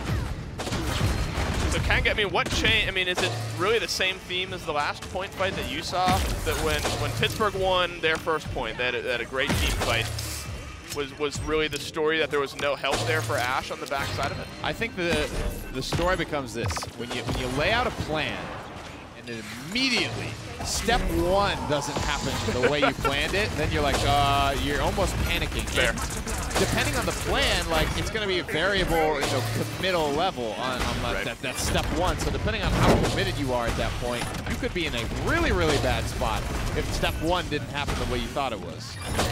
Well, yet again, through time and space, misses to start off this fight. And starting to heat up on the Andro. Had a bit of a rough start to this game, but finding two in this fight here. Looking to get very aggressive, find some chunk shots onto the Eevee, dashes out, gets himself away from danger, at least for the moment. 30 seconds Evil Eye trying to keep this one from going through. 30 seconds left, probably one more team fight in here for either team. Getting aggressive onto the Kinessa.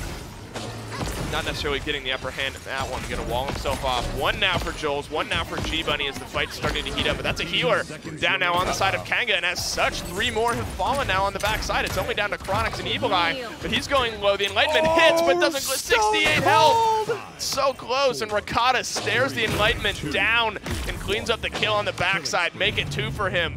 And make it 3-3 here on Timber Mill. So sick there from Ricotta. I don't know how much HP. I'd love to see a replay on that. 68 HP. He knew exactly how much HP he had and just felt good about it. Holds the charge. The second that animation is done, he just puts Chronix into the wall. Great stuff there. And that was critical because whoever maintains that high ground, you could see Ricotta just literally rotated for free, had the line of sight on Eevee. Easy clap for him. At that point, Chronix gets that kill onto Kinessa. Right. Then Chronix is free firing, and those tanks don't last too much longer, I think. And now it's all tied up 3-3 here. This could be the chance for the Knights to get a map on the board. Cleaning up the Genos early on there as well was definitely a game changer. Jared doing a good job so far, but wow, Ricotta's really come alive over these last few rounds. Call it 40,000 and some change damage over the rest of the damage dealers in this game, and it's a Barrack and an Andro for the next two, just not really able to find the damage anymore.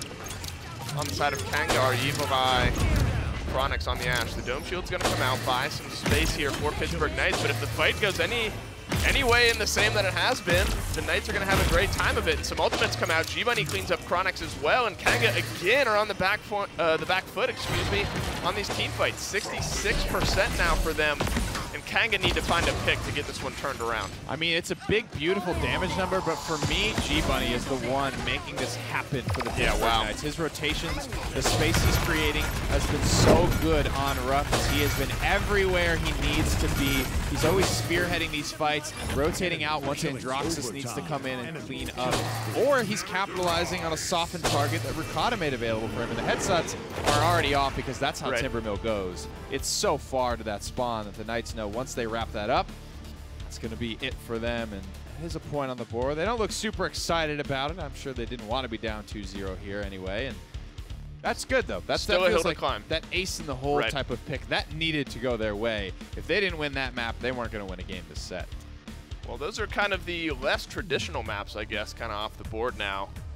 Surprisingly, haven't seen Bright Marsh, haven't seen Jaguar Falls, haven't seen Serpent Beach or Frozen Guard or Splitstone Quarry. So all of those maps still around. Kind of the cheesy, interesting picks are the first ones to go. Yeah, I know the Knights banned Serpent and I believe Bright Marsh, so those aren't going to be in the pool here. But I want to bring it back to the fact that that team fight that didn't go their way for Kanga in the second round. I loved the idea. I think just not having the time and space available at the immediate start of that round was unfortunate for Kanga because the seismic crash to the high ground, potentially getting a double kill up there because Ricotta and Cuscutie were hip to hip basically the whole game. I think that would have been a really good way to go, but they just couldn't find it. Well, game 3 was fun. Lots to break down there, but to do that, we're going to send it back to Evan and Gore on the desk. Thanks, guys. Wow. Pittsburgh Knights, they kind of roll the dice there, but it ends up working out 3-3, and they grab the win at the end of the day. Here back at the desk, Ray Day, Gormizer. How did that go? I mean, it was looking like Kanga had control at the beginning. Yeah, and they were. Like, Ricotta was missing shots. Pan kept diving way too deep, and like every single time you'd see an Androxus surrounded by 4 members of Kanga. Yeah. And your first thought should really be, what are you doing? As the player, as the team, as the coach, and as anyone who is watching him. And maybe even Kanga thinking, what are you doing here? Like, why are you going so far? And then we had a couple of moments where we were watching Ricotta in like round 1, early on in round 2 as well, where it's just, your shots aren't connecting as consistently, and then those literally just flipped. There was a certain point where in the game, Ricotta starts hitting so many shots and even face tanking and Enlightenment just to make sure that he can keep his team ahead. I mean, what's interesting is that you saw Evil Eye actually having a relatively even or positive game, and Ricotta going 5-10 on the Cassie. Now Ricotta's 9-4, Evil Eye going 4-7. So those two roles definitely swapped up. Payne actually, who was 16-8, goes 10-9, but he just does his job. I think the Androxus, not the easiest thing to maneuver. A lot of flexibility in how to play it. But things like this really started to make the difference when you saw moments where Cuscuity was able to bring Dread Serpents into moments to allow Ricotta to get amazing plays done. And this might have been the best play of it all because he knows, he looks, he could move, but he looks to see if he's got more than 1,600 health. And if he's got 1,601, he's staying there and getting that shot off. It was risky, but man, it paid off. And that was a real confidence boost now for Pittsburgh. And I will give shout-outs. I think Nick was saying kind of towards the end. And you saw it a little bit more in the last round, but I think it had an impact that kept the Knights alive for Ricotta to get to the point where he could do that. And that's G-Bunny on Ruckus. Like, playing this aggressive frontline has been something he's been doing really well the last couple of weeks. But we haven't gotten to see it as much of this set, although it doesn't seem as though that loss has phased Kanga. Everyone seems pretty happy still going into this. And again, you're up a game. That was a little bit more of an odd pick map. I don't actually remember the last time we've seen a Premier League Timber Mill. I personally think that everyone was very confident on the side of Kanga that, you know, essentially it was going to be a matchup that they knew could go either way, but if it did not go their way, it's Timber Mill. You know, it's kind of like one of those where it's Timber Mill, it's Ice Mines, and you're actually right. We've seen a lot of Ice Mines. This might be the first Timber Mill that we've seen in the entire season of the PPL. Yeah, I'm pretty sure it is. Honestly, even in like, if you look at last year as a whole, yeah, we probably saw Timber Mill about, like, you could count it on your two hands if you had to go past 4. Yeah. Like, that's assuming maybe just you had one to hit 5, 6. Yeah.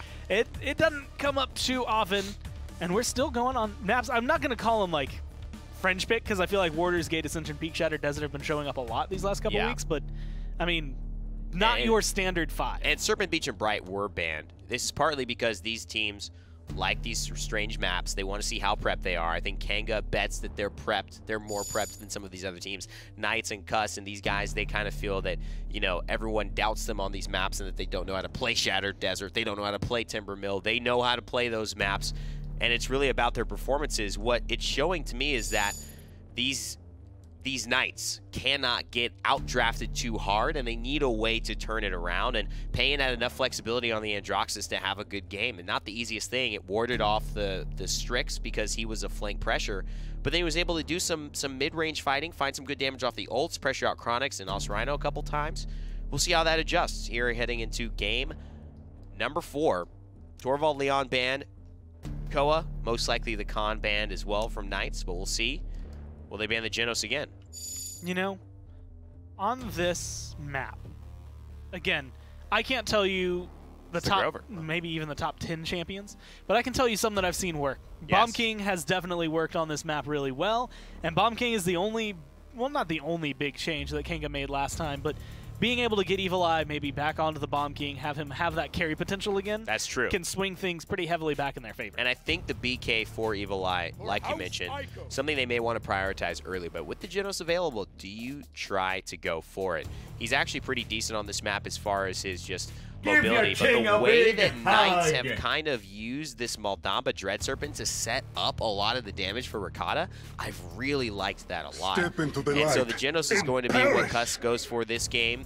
The Damba will be available for Kanga and Jera, who is one of the oldest and most successful supports in Paladins history. 2 more picks along the way. Gore, what are you feeling is on the board? I mean, again, if I'm rolling through things that are going to be able to deal with Bomb King a little better, I'm looking maybe go, like, you ban the Leon, grab the Cassie if you're Kanga here because you know Chronix is going to look really well. One of the things I actually wrote down last week, that was essentially what Chronix had to play. If he didn't have Cassie, it almost felt like Kanga didn't exist. So being able to grab that up during this draft is going to be big.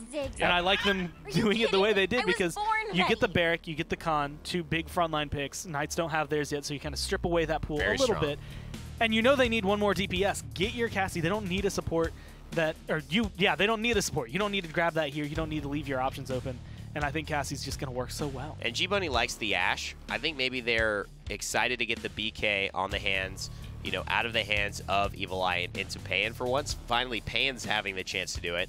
Now, we don't have any hit scan pressure because Kanga banned it out to ward away from Evil Eye going something like Eevee. Destroy our enemy. So that's where you have to figure it out, and that's why I like the Ruckus pickup here. I thought maybe they would run Ashe, but it looks like, so they're going to go Ashe Ruckus. So two relatively aggressive tanks, not the same as kind of the aggressive and more of the point tank in Khan and Barrack, but very flexible with this lineup.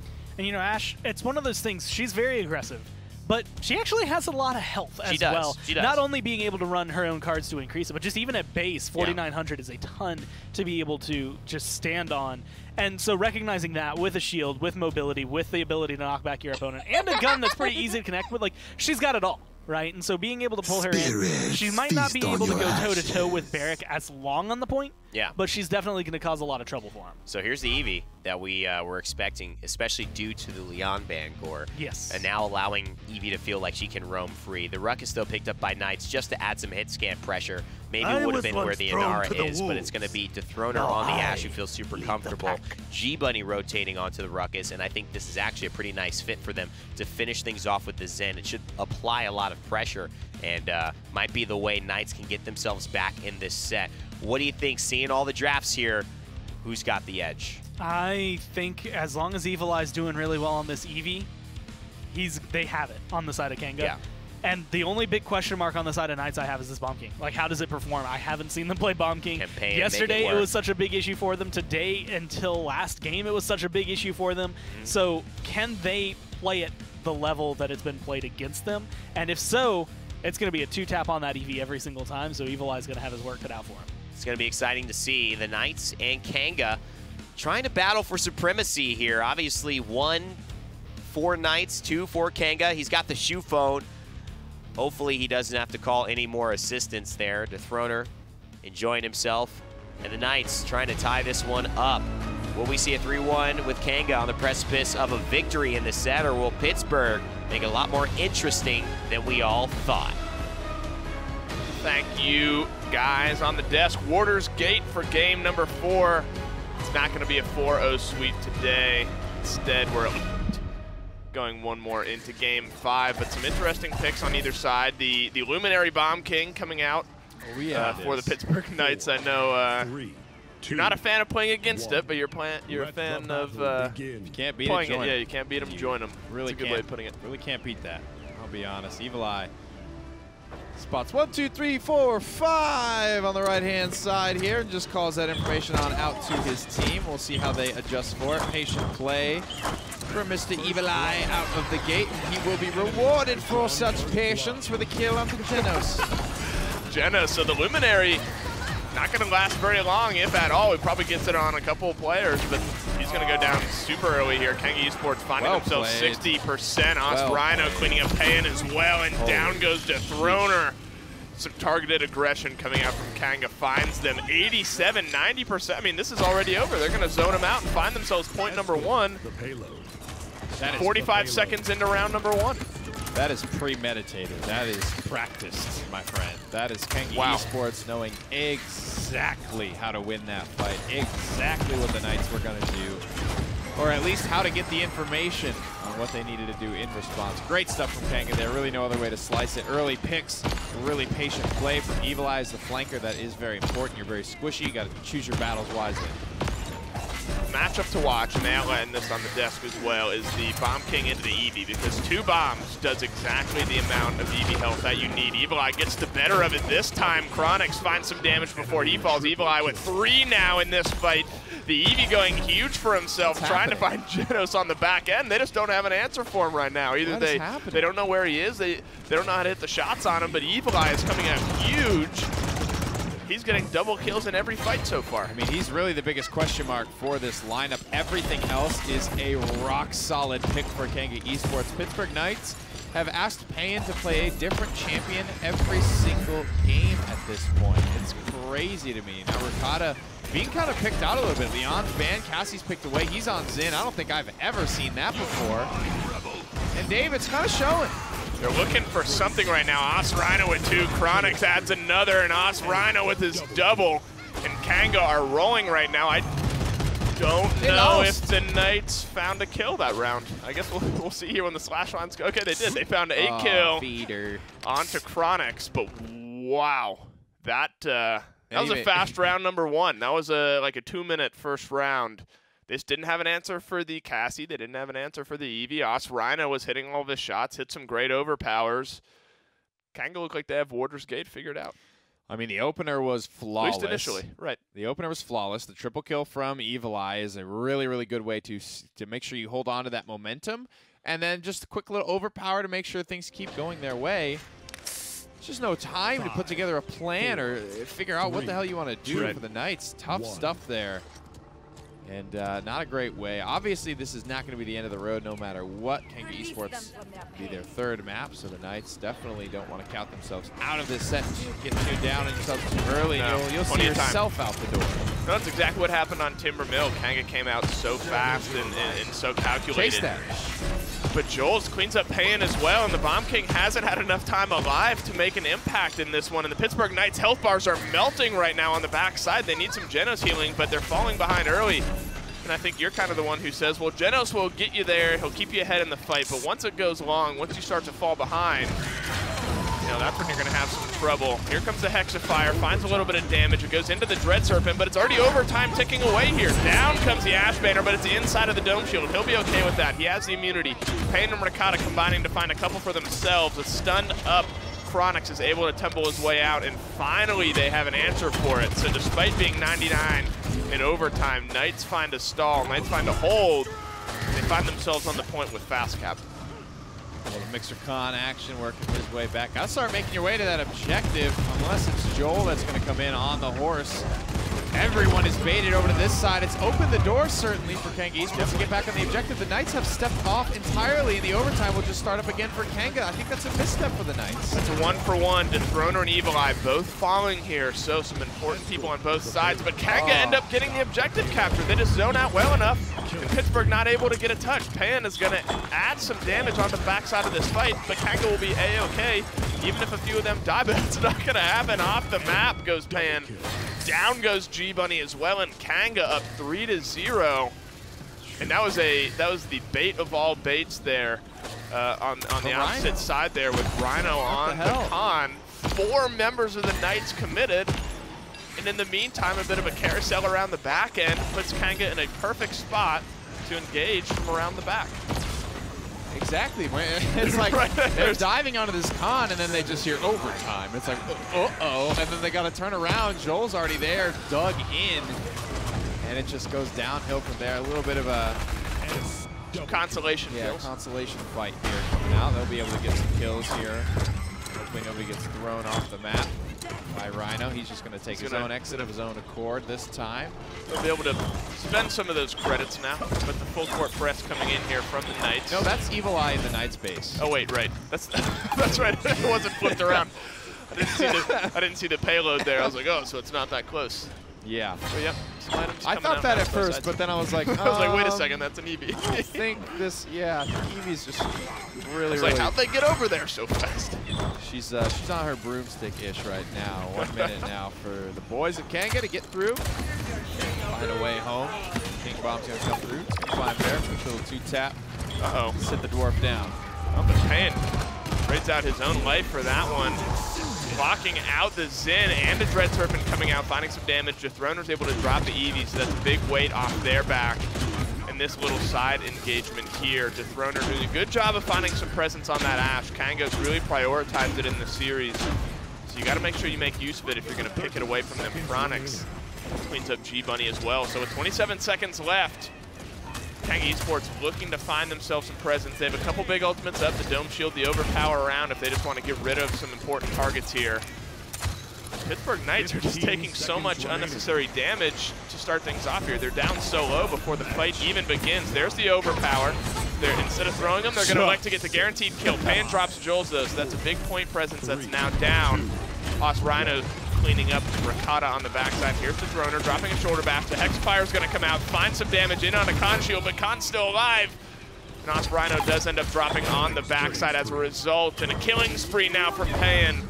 potentially spelling the end of this push, and I believe it will. So Pittsburgh Knights find themselves a defense, slow down the game a little bit, and get themselves on the board. But it's still 3-1 in favor of Kanga, and they didn't expend too much there on that offensive push.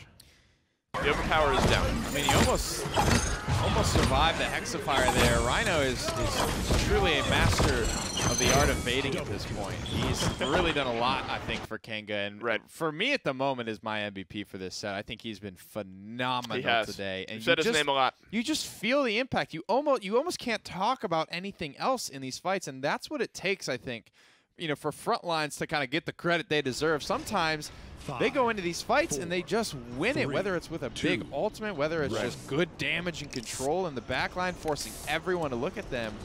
Rhino has been such a talking point every single game.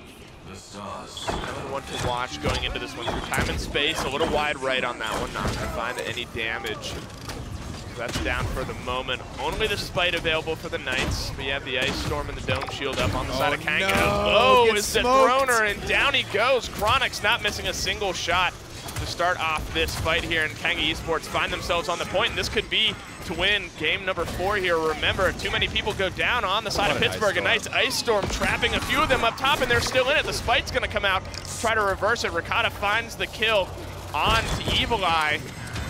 Tan trying to find some damage on the backside. Here comes the King Bomb rolling through. Not going to find the damage. Oh, he is. He finds the stun, but Chronix saves the Damba on the backside. Ricotta cleans up Guerra on the backside anyway, so the Damba goes down, but Chronix is just continuing his tear through this Knights roster. Ricotta answering back with a few. G-Bunny with one as well. Evil Eye drops the Ruckus. And it looks like for the moment, Pittsburgh have reclaimed it, and the fast cap could turn this one into 2-3 in favor of the Knights. And I think the key turning point there, we will see Evil Eye actually start overtime. So we'll talk about that later, depending on how this goes. Overtime, rocking and rolling here. They have the overpower. They're going to grab the Bomb King, and he gets blocked from going off the map there. Catastrophic failure on the overpower.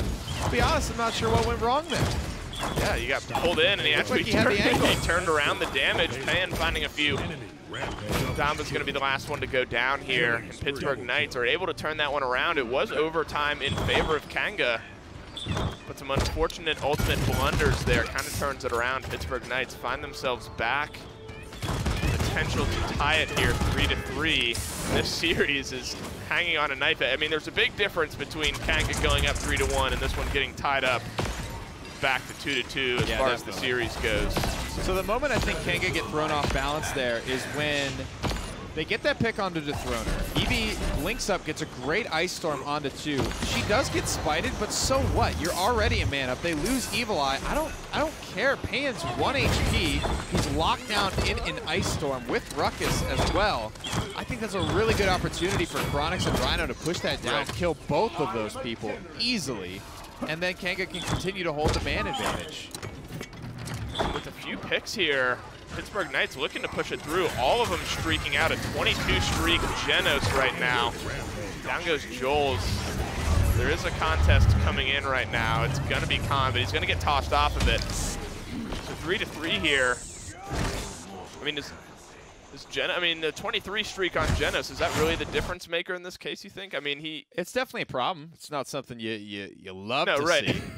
But it's a big risk. Kanga right now aren't super focused on Cuscuity, especially now that Cauterize is online. That healing's not as big of a deal to them. Evil Eye hasn't shown really a great propensity to want to just dive out Cuscuity. Getting Void Grip can put you in an awkward spot as Evie. Evil Eye's definitely been very, very patient this game, and it is starting to show, but shutting down Cuscuity certainly couldn't hurt at this point. Well, spend them if you got them. As far as credits go, the item's starting to roll through. Maybe one more chance, depending on how the team fight goes, to get some spending out there. Not sniffing out anything interesting this time. That was the big thing, round number 1. Evil Eye spotting the rotation from the Knights, and then a collapse from Kanga. An early 24% though for Kanga, but this is how we've seen it go on every single time. They get up to a high percentage. Knights find the aggression on the back end and are able to actually turn it around, but no fast cap for them this time. This is a clean 1-for-1 fight. The King Bomb's ready, the Hexifire's ready. 3 ultimates on the side of Kanga. Dragging your feet. They want it, but nobody really trying to engage. Nobody wants to make the mistake right now. Here comes the King Bomb, but he's going to get killed out of it. Just too far back, pretty much in the open is where the King Bomb comes rolling down. Os Rhino's able to clean that one up. 75% here for Kanga. It's on the back end of 1 kill. They're going to try to zone. Ricotta dies as well. 93%. Ricotta down as well, and now it's just Dethroner, but he gets stunned up, and Kanga. Oh. God, I mean, that was not a good That was fight a from the King Knights. Bomb. They didn't do anything. Right, that was a King Bomb, like right down Skunked. Main Street that dropped him. Ricotta falls on the Zen, excuse me, as well. They just got skunked. They literally that was did a desperation nothing from Dethroner. Falling flat. So Kanga, as a result, they do go up. It was almost like they saw it coming, right? They got that 50%, Right. and then Joel, for no reason, just started to backpedal off the Right. point. He was like, okay, I think something's about to happen, and sure enough, it did. King Bomb down Main Street, gets skunked, and Kanga just unceremoniously win this game. The win falls a little flat, but Kanga are going to be happy with it. 3-1 here for them to break it down and set up game number 4. We'll send it back to the guys on the desk. I just realized this is the Paladins theme song. Yeah, it is. I just realized. I mean, I'm like, this is... I really don't want to say anything because I don't want to go into legal stuff because I'm just like, this reminds me of something that I just would have played back when I was a kid, you know, back in the day. I love it. I love the style of the new Battle Pass, the Battle Bite. Check it out as well. That is available in your Paladin store right now. So while you're earning sparks and points for the Mixer store, open up Paladins, use those sparks, get a new skin, and then check out the Battle Bite Battle Pass. The Battle Bite Battle Pass. I wasn't even supposed to do that promo, but I mean, it worked out, and hopefully someone, at least one of the thousands of people watching, did it. That game goes the way of Kanga, and it's a 3-3 again. Comeback mechanic seems to be helping Pittsburgh to stay in these fights, but that last fight, not much happened. It kind of... yeah. I think just deflated. The best thing I could say is that the Knights really need to get someone who will break through as a Bomb King player. I feel like they have some of the other blasters on lock. Bomb King's not in that wheelhouse just yet. Payan did a lot of damage. Payan had a presence for chunks of this game.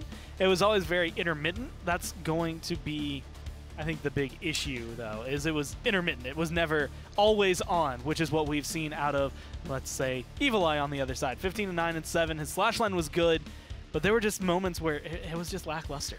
And I respect that opinion, and, you know, I think my opinion around what has gone right and wrong, again, is it lies in the draft of little things that Kanga's doing that makes them so successful. True. And it's like, every time Evil Eye got the Bomb King, Payan couldn't play Eevee because of Leon was on the other side of the map. This time, the Leon is banned, and they're able to get the Eevee. So even though they give the BK up, Evil Eye has something that he can play in his wheelhouse that's very, very successful and adds pressure. Whenever they had the BK, Payan was playing Zen, which now goes to Ricotta. Payan was playing a bunch of different champions that just didn't feel like he could really find his rhythm. And if you've been keeping up with the more entertaining, one of the most entertaining things that happens during the PPL is Bitey's tweets. He's talking about Evil Eye actually being considered one of the best blaster players in the world, alongside some of those, you know, names. I don't think he mentioned creatives in there, but didn't see creatives, but I did see FRZ God, so that makes me happy. FRZ God, of course, random noob. You got to mention all these players. He said Shadow's up and coming as well in his eyes. I definitely think you got to throw creatives in there as well, but there's just so much to it that I think, yes, it's Payan. Yes, it's Evil Eye, that matchup, but it's also just the drafting that's just slightly tilting things in Kanga's favor. And it is those small details that keep coming in and changing so much, because it's, and small moments, right, that are coming down to it. The last fight maybe not as a good example of that, but all the other small instances between these two, when you're just looking at, you know, does Khan get this toss off the map? There's a point where Payan doesn't get thrown off. I think a body block actually stops him from flying all the way off the map. Because of that, they're able to turn this fight around. Kanga were controlling the objective. It's very similar to what we saw yesterday. Na'Vi were controlling the objective against Knights. Kanga's now doing the exact same style of play. And it's up to the Knights to figure out how to stop them from controlling it. And so far, they haven't had an immediate answer. I don't know if there is an answer here, but I like that there's at least conversation. And I think what's been better about this set than we've seen at least in sets past, is that it hasn't been this 4-0. One of the things is that you've got two teams who are now taking points off each other more consistently. Ever since that early 4-0, it's 4-3, 4-3, 4-3. Yes, a lot of comeback mechanic, but this has been close, man. This has been close. I could see this going the distance today. And so we're heading into Game 5. Kanga 3-1. It is set point if they're able to win this. The Torvald band stays consistent, but what will happen as far as Knights, as far as their response, and the Leons, and the Bomb King decision-making here? The Ash Ruckus as well had a hard time sustaining against, I believe, the Bear Khan of last game also. Kanga up for the ban. And again, do you go for a Leon ban? Like, are you planning an Eevee? This is actually not a bad map for an Eevee to come through Stone Keep. But I also feel like other blasters can start to poke their head out here as well. Drogo's is more potable, I think, on Stone Keep. And even though we haven't really gotten to see her in the PPL, we've seen her, I think, actually in the PML or the PCL recently. Willow is really good on Stone Keep, even though teams shy away from her a lot. I don't know, Gore. That would be so surprising. But it's a good thought. I would love to see the Willow come through. I just got to reach deeper in those pockets. And maybe it is reaching deeper. I mean, paying it, he's not shy to it. And I just don't know how much they have left in the tank to be able to feel confident enough that it will work against this. If it's I hate to make this comparison, but if we go back to, like summer last year, where Fisheko pulls out a Willow, right? And it's like, well, I mean, it's Fisheko, of course. Like Fisheko can do it, but that's kind of the mentality you have to have. Like, is Payne comfortable enough with a Willow? Is he comfortable enough on several blasters to make it work? Right. And can his team give him the zone that you need to make a Willow work? Because it's a lot more than just her. You know what I'd like to see, to be honest? I'd like to see the Pip come through from Payne. Yeah, he's been devoid this set. He really has. Hasn't picked Pip at all, and I think that this could be a really nice Give your king setup a big for this map. Especially with Stone Keep, the flexibility, the mobility that it provides. Obviously taking the Bomb King away. Kanga, actually, though, still feeling confident with the Eevee. Evil Eye, not as much of a Pip player as Payne is. So this could be something that really helps to augment it. But at this point, you would assume that there's no Pip coming in because the BK Cassie would be for Payne and Ricotta at this point in time. Kind of wondering how Chronix is feeling right now, knowing that Leon's banned, Cassie's been taken away from him. He went Tyra first game, right? And that worked really well. And admittedly, I feel like, again, into the light. you're looking at, well, I was going to say a Luminary Bomb King combo on the Yeah. other side. But, I mean, you get a Tyra and a Luminary, let's say Hunter's Mark, and that Luminary damage. Bomb King can do a ton, Cassie can do a ton, but I don't even know if they can withstand or output more than that. The key is, who do you add with that? I mean, Kanga could be a little interesting and run the Pip alongside it. I think you could go Zen here. I think you actually might have a really good time getting a Luminary Zen and trying to augment him with that Tyra. I think it gives you enough flexibility in that kind of fake blaster damage because it can hit multiple people with the Yomi Strike, the same way that Cassie's kind of fake hit scan because she can hit her shots. They're very fast projectiles, but they're still projectiles, so not quite the same thing as a Leon. But Kanga have a big choice here. Do they go deeper into the draft, into their champion pool, or do they stick with what has been rotating thus far? And it's going to be the Eevee. You about to get messed up. And will it be the Tyra? Choose your words carefully, heathen, for they are your last. It's not 4 Protect 1 kind of deal. It's not all in on Eevee. They just can't stay away from me. It's almost all in on Eevee. Like, it's like, okay, we're going to damage amp so much that we're going to have Evil Eye hit you so hard, you might not even recognize what's happening. Like, you will have an actual black eye. It will go through the screen if he hits you as hard as he can. But Tyra's also going to be able to keep up there with the damage. So there's a ton of burst and poke on the side of Kanga. And, I mean, Ash, I think she can live through most of it. I don't know if I feel the same way about this Fernando. I think he's going to get shredded. Yeah, I mean, obviously going away from the Ashe, going away from the Inara, it just is a smart decision for me as far as your vibe of a team, because Inara's not one. I feel like the Throners felt helpless, and at this point, even though you're playing the frontline tank, if Fernando sees an option to dive into the backline, get a little bit of that Flame Lance pressure, and hit a Fireball onto maybe a Genos who seems susceptible, he can do that. Inara, not so easy. They give up some of the sustain, but maybe it works out at the end. Pittsburgh fighting for their lives here on Stone Keep. Thank you, Evan. Thank you, Gore. The Genos Tyra stack looms its head again here on the side of Kanga. They have some damage to play with the Eevee as well.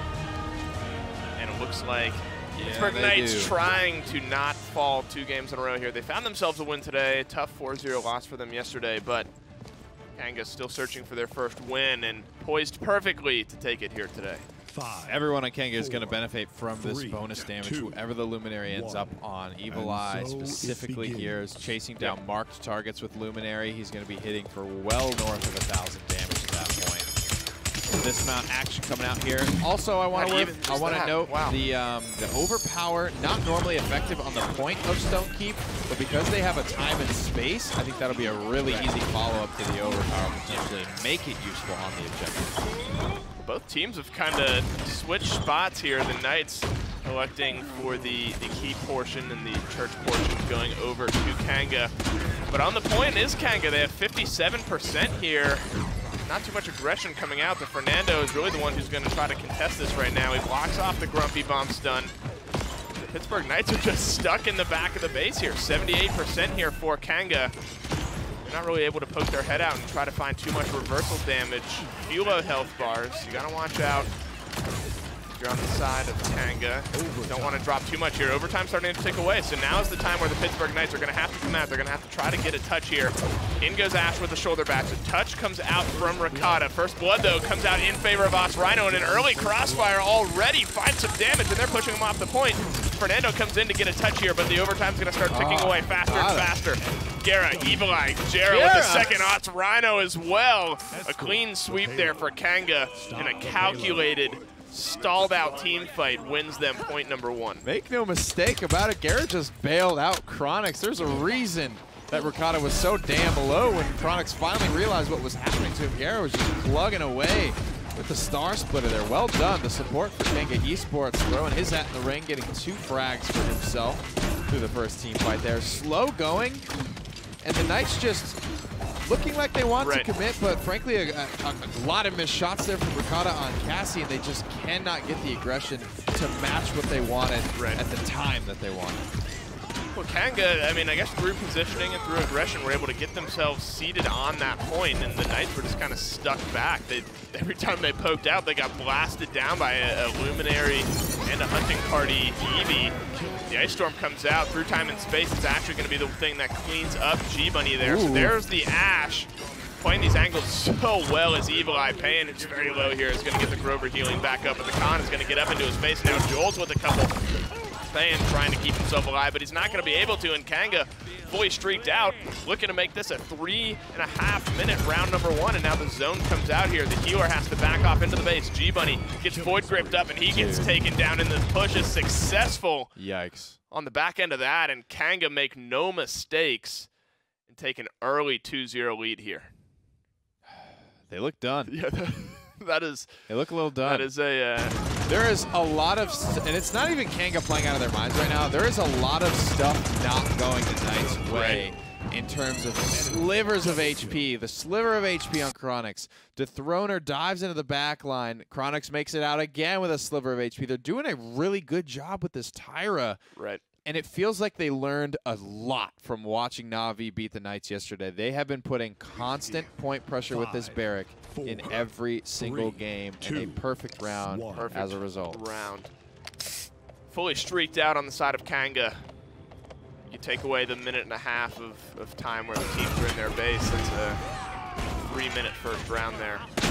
Really quick going here for Kanga. Starting off differently, though, is Pittsburgh. They're already pushing out of the keep, a couple of them at least. Trying to find some space on the backside. Payne gets the better of Evil Eye. Eats too much fire damage there from the Fernando, and the Knights use up their Whirlwind. The Dome Shield comes out as a response here from Kanga. Still 27% there for him, but Dethroner going to try to get in some damage onto this Barrack, get him down, but he's got 3 people on either side of him here. He has to be careful not to bite off too much. It looks like he's going to do just that unless he gets some healing here from this Grover, because Cutie's going low as well. The Crossfire's going to come out. Joel's goes down, and Chronix goes down on the back end of it, and the Knights, even with the low health bars, they take the fight, and they get the better of it. Rhino's able to clean up G-Bunny on the Ash, but for the time being, the Knights have reclaimed the point, and with the fast cap, that's going to be going up very fast. Another 50% lead, though, for Kanga. Still 2 ultimates on the board. Assert dominance and Scout is all the Knights have. So let's be honest, assert dominance is all they have. This one's got to go big for them, soaring out. Smart decision from Evil Eye. Assert dominance is what you have to keep your eye on here. And down it comes. Oh no, he gets gripped out of it, but down it finally ends up coming on to the Tyra and on to the Con, on the back side of it. Finds one kill on the end of it. Chronic's cleaning up Pan though. Here comes Dethroner starting to light things up as well. G-Bunny coming out of his ultimate, able to zone out just enough, and the Pittsburgh Knights find themselves point number 1. So even just with the one ultimate, they use it well enough to tilt the odds in their favor. And I'll be honest, the Void Grip in this is the right idea, but in this particular context, I think that was going to miss Chronix. I don't think it was going to hit him, but because he got grabbed, he got to change his trajectory. Try again. And G-Bunny got to go for the different style that time. 2-1 now. The Knights still in a position where they need to get this through because being up in that 3-1, it's great. 3-1. Love scoring points in the defense. That's easy money. Deep analytical thought. You have to score more points than the other team to win the game. Yeah. And that's pretty key. Pretty key. Especially I can say without a doubt that the team that scored more points at the end of the game has won every single time. I'm trying to think of a time where the team with more points hasn't won. You know? You can't think of an example because it's such an undeniable truth.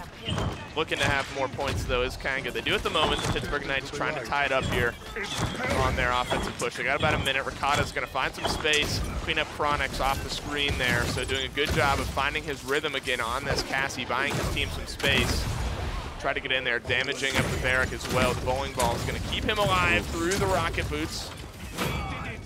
The dome shield was available, electing not to use it there. Down he goes.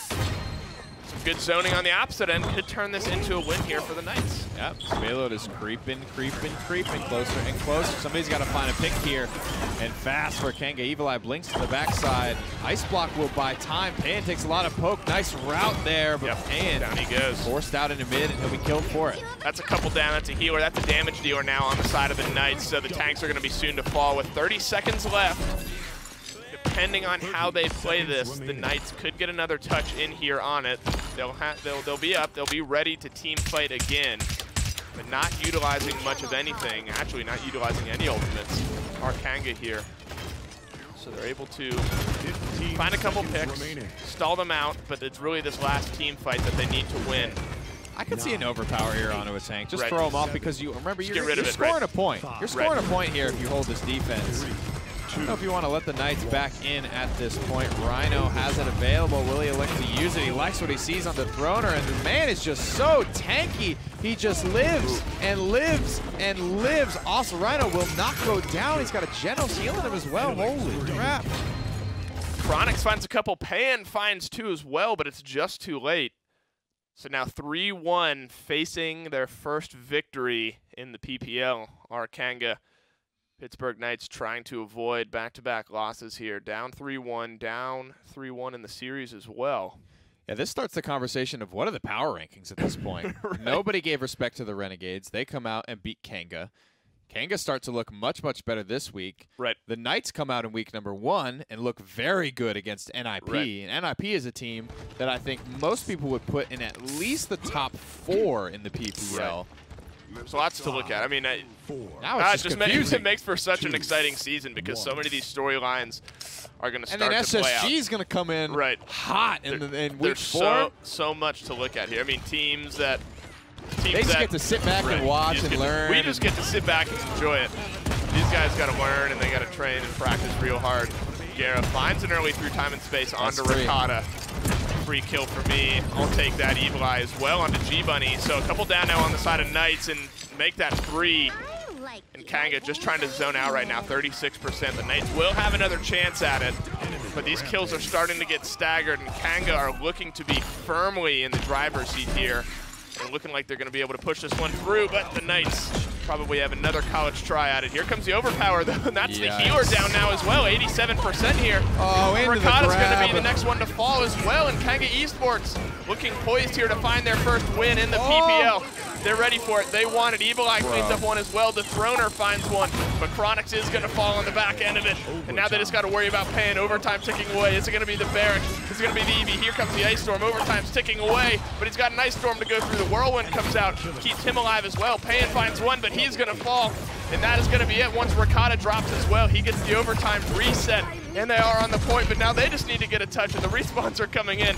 But they're so staggered. Kanga want it, and they're fighting. 22. They're going so far back and forth. This is going to be it. This is going to be the Ash going down, and that is going to be Kanga finding their first win in the PPL. That is a 12-22 shot from Evil Eye's Eevee, the man who don't really miss 400 extra damage when it all lines up there. I gotta say, Rhino is my MVP. I thought he played like an absolute god in this set. Timbermill was kind of awkward, I'll be honest. I don't really remember what any of the tanks did because that wasn't where the conversation was, but every other map where the tanks were so relevant, I thought Rhino played like a monster. Kanga on a whole playing so well here today, taking down the Knights 4-1, finding their victory here in the PPL. That's going to wrap it up for this series, so let's send it back to the desk. Take it away.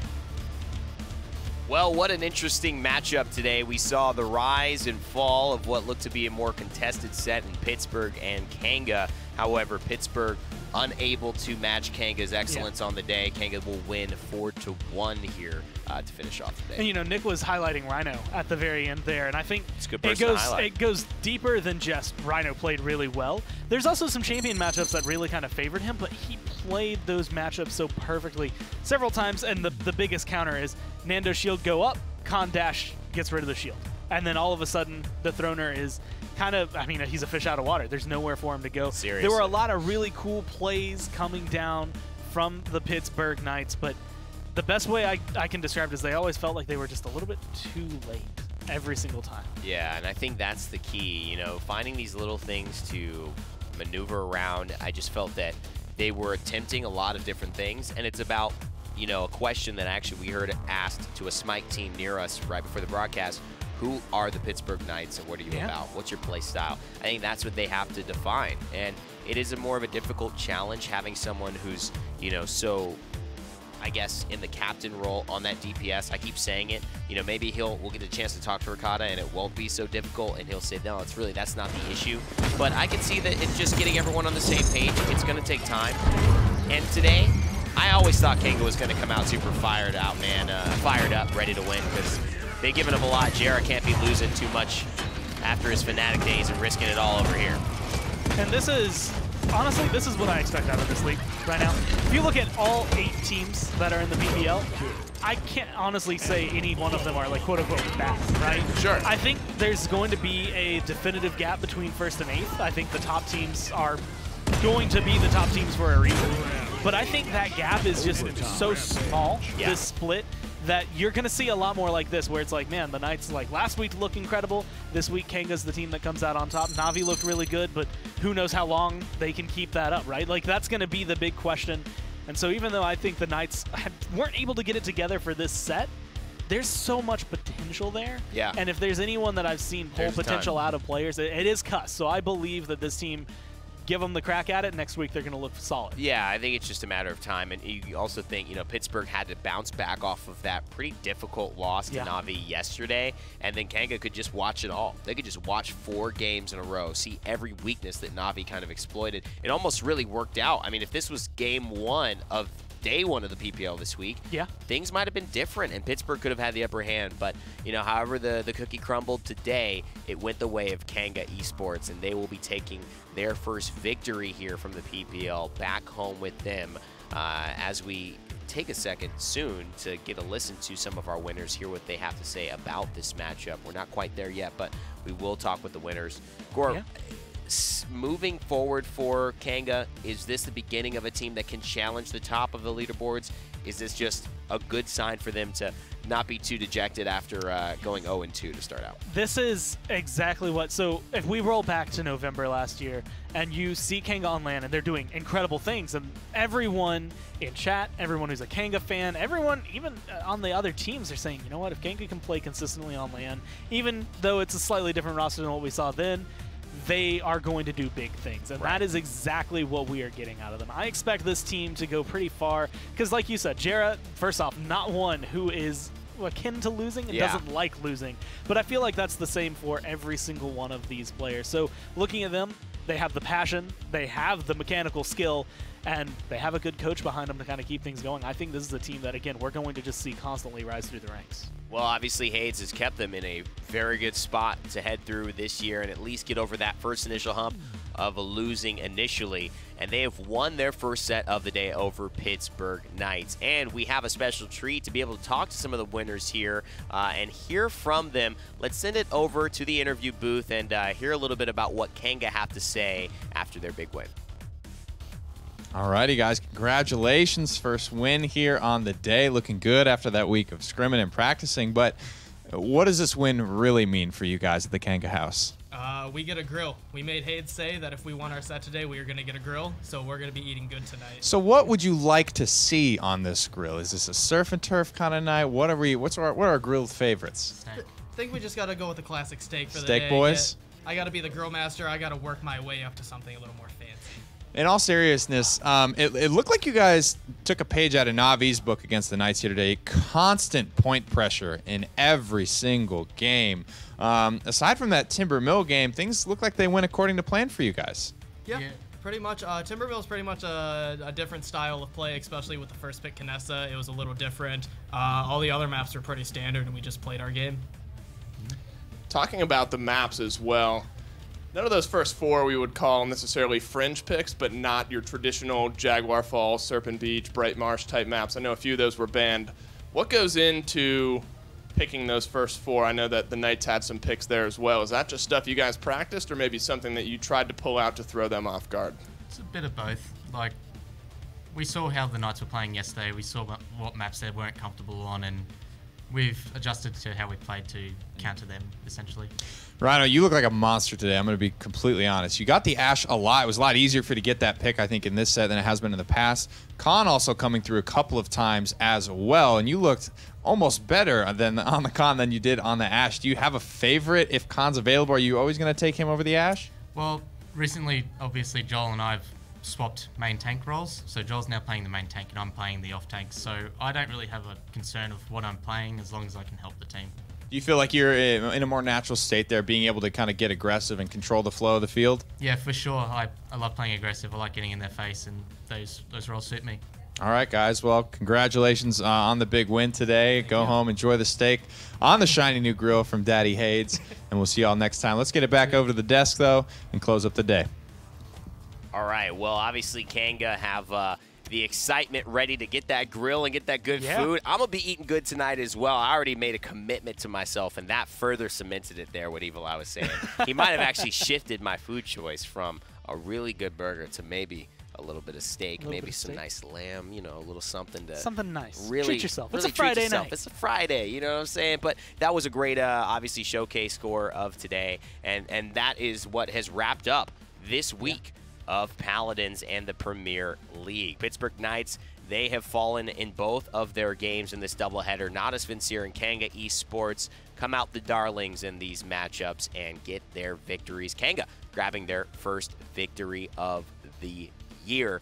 But there haven't been too many games played. Only 2 weeks of play thus far. And if you do take a look at the standings, you'll be able to see that Kanga now have put themselves alongside most of the other teams with at least one win. Virtus Pro, the only team, after only playing one game, and that was against Pittsburgh, to be winless as of now. But don't worry, they'll have plenty of time to go ahead and make that up. Space Station Gaming, remember, they are not here yet. They'll be joining us in week 4 as of now.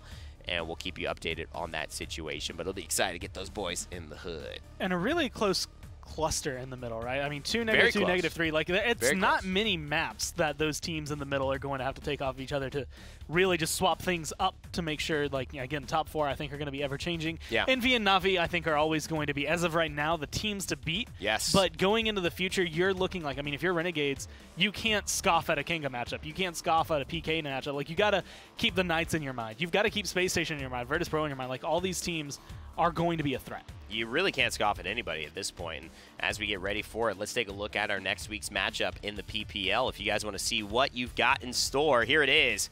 4 juicy games over the week, 2 each day. VP will take on Envy, looking for their first win. Renegades and the Stunners in Vocal, and possibly Shadow or Loki will fill you in on that. Will be taking on NIP, who looked very clinical, and then for their first matchup. Then, of course, Renegades and VP. That'll be a tough one. Both of those need a win there. And a very top-tier matchup between NIP and Team Envy. Both teams yet to lose in the PPL, so that'll be an exciting one. Great games, great lineup for all of you guys to pay attention to, and to join us here, right here on Mixer.com/Paladins game. Gore, final thoughts on this week and looking forward to next week? I mean, this week has been phenomenal. Next week matchups are going to be just as impressive, if not even more impressive, having a little bit more meat There's a lot on to the them. Thursday, Friday. So being able to get the console league, the minor league, and then those nice big PPL days, I think are going to be huge. Now, of course, you want to make sure you grab some tickets for High Res Expo. Pretty exciting stuff. If you haven't been there, it's one of the best places to go, and that allows you to make sure you see all of this action culminate with a live audience. We'll be there, and all your favorite pros, players, designers, and more. So stay tuned. Get those tickets now. And thank you so much for watching. That's day 2 and week 2 of the PPL wrapped. We'll see you all for week 3 coming up soon. Remember to never give up, never stop gaming. We'll see you all in the realm. The Paladins Premier League, brought to you by Skillshop, Hi-Rez, Evil Mojo, INAP, Steel Series, and Respawn.